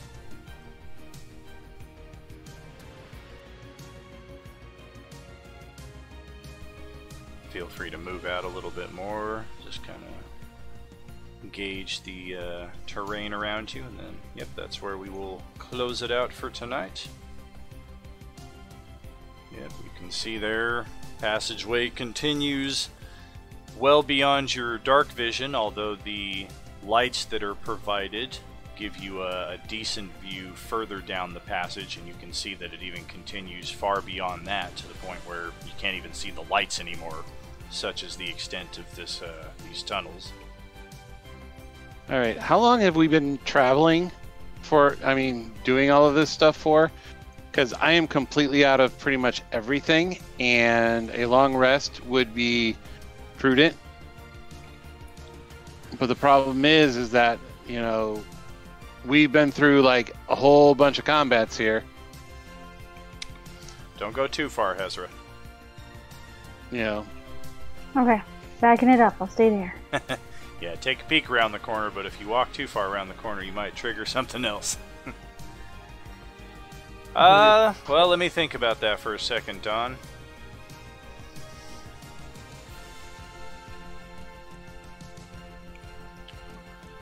Okay, so this is the same day that we met up with Mortlock to go get his brother from the Low Lantern, and that was an early morning encounter. Right. By the time we left the Low Lantern, it was still pretty early in the morning, no later than like 9. And then we crossed the city, made it to the upper city, entered the villa. I would say by now it's probably around noon, maybe 1 p.m. It may be time for a long rest, but I'm not certain if this is the exact place you want to do that. But at the same time, do you want to abandon the villa and chance that they restock their guards and what have you when you come back? Yeah, see, that's the problem too, is the fact. But the thing is, though, is that I'm out of spells and out of everything. I'm sure our healer is out of most of his spells and everything like that. We've got a fighter who's out of a lot of his stuff. I mean, we're all completely out of, so the next combats are going to be super, super deadly. And it's not like the module is going to turn around and take any of that into account. Well, I have been playing really conservative with my spells, so I'm still pretty well in hand here. And as far as you and the fighter, just hit stuff with your sticks. Yeah, I mean, I have an ability that I can pop one more, as a bonus action. I can create one spell slot. So I could do one more smite, and that's it. I do have a second wind still, so if I did take some damage, I could recoup some of it, so I do have that ability. Yeah, I have one first level spell slot and both of my second level spell slots available. Oh. So we've exhausted some magic. We still have some magic remaining. Hit point wise, we seem to be in at least a stable position at this time. I'm not certain a long rest is what's called for. We do have potential for a short rest that would only require 1 hour.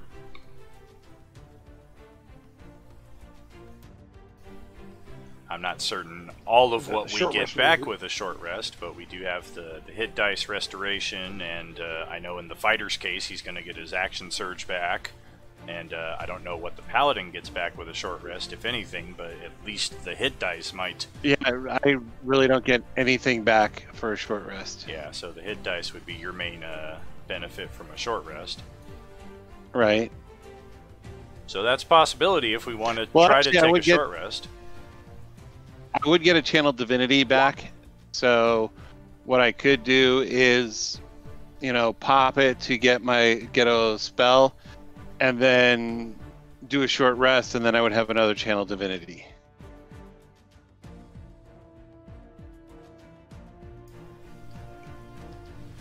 It's more practical, especially if we're on some kind of time crunch. I think an hour is a little bit more easier to, especially if we had this area locked down for them to. It's not as easy for them to recoup their losses when something comes out. We can at least address it pretty quickly. Yeah, I haven't really lost anything except for one speak with animals, so I'm good with whatever you guys need.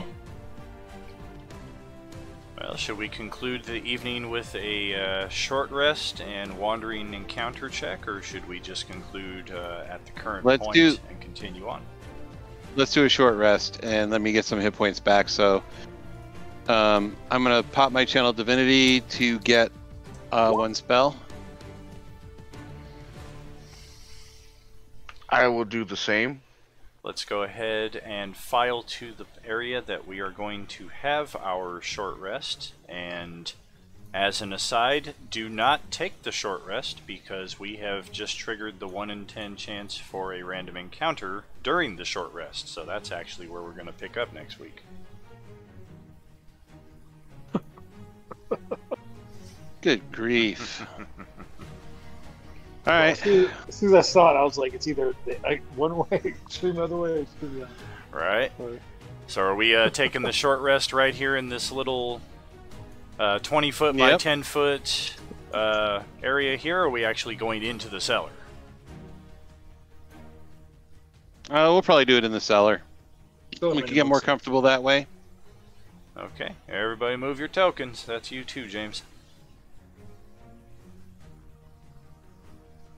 Yep, head on in, make yourselves comfy, and I will plan on interrupting that at the start of next session. Good, looks like everybody's in there.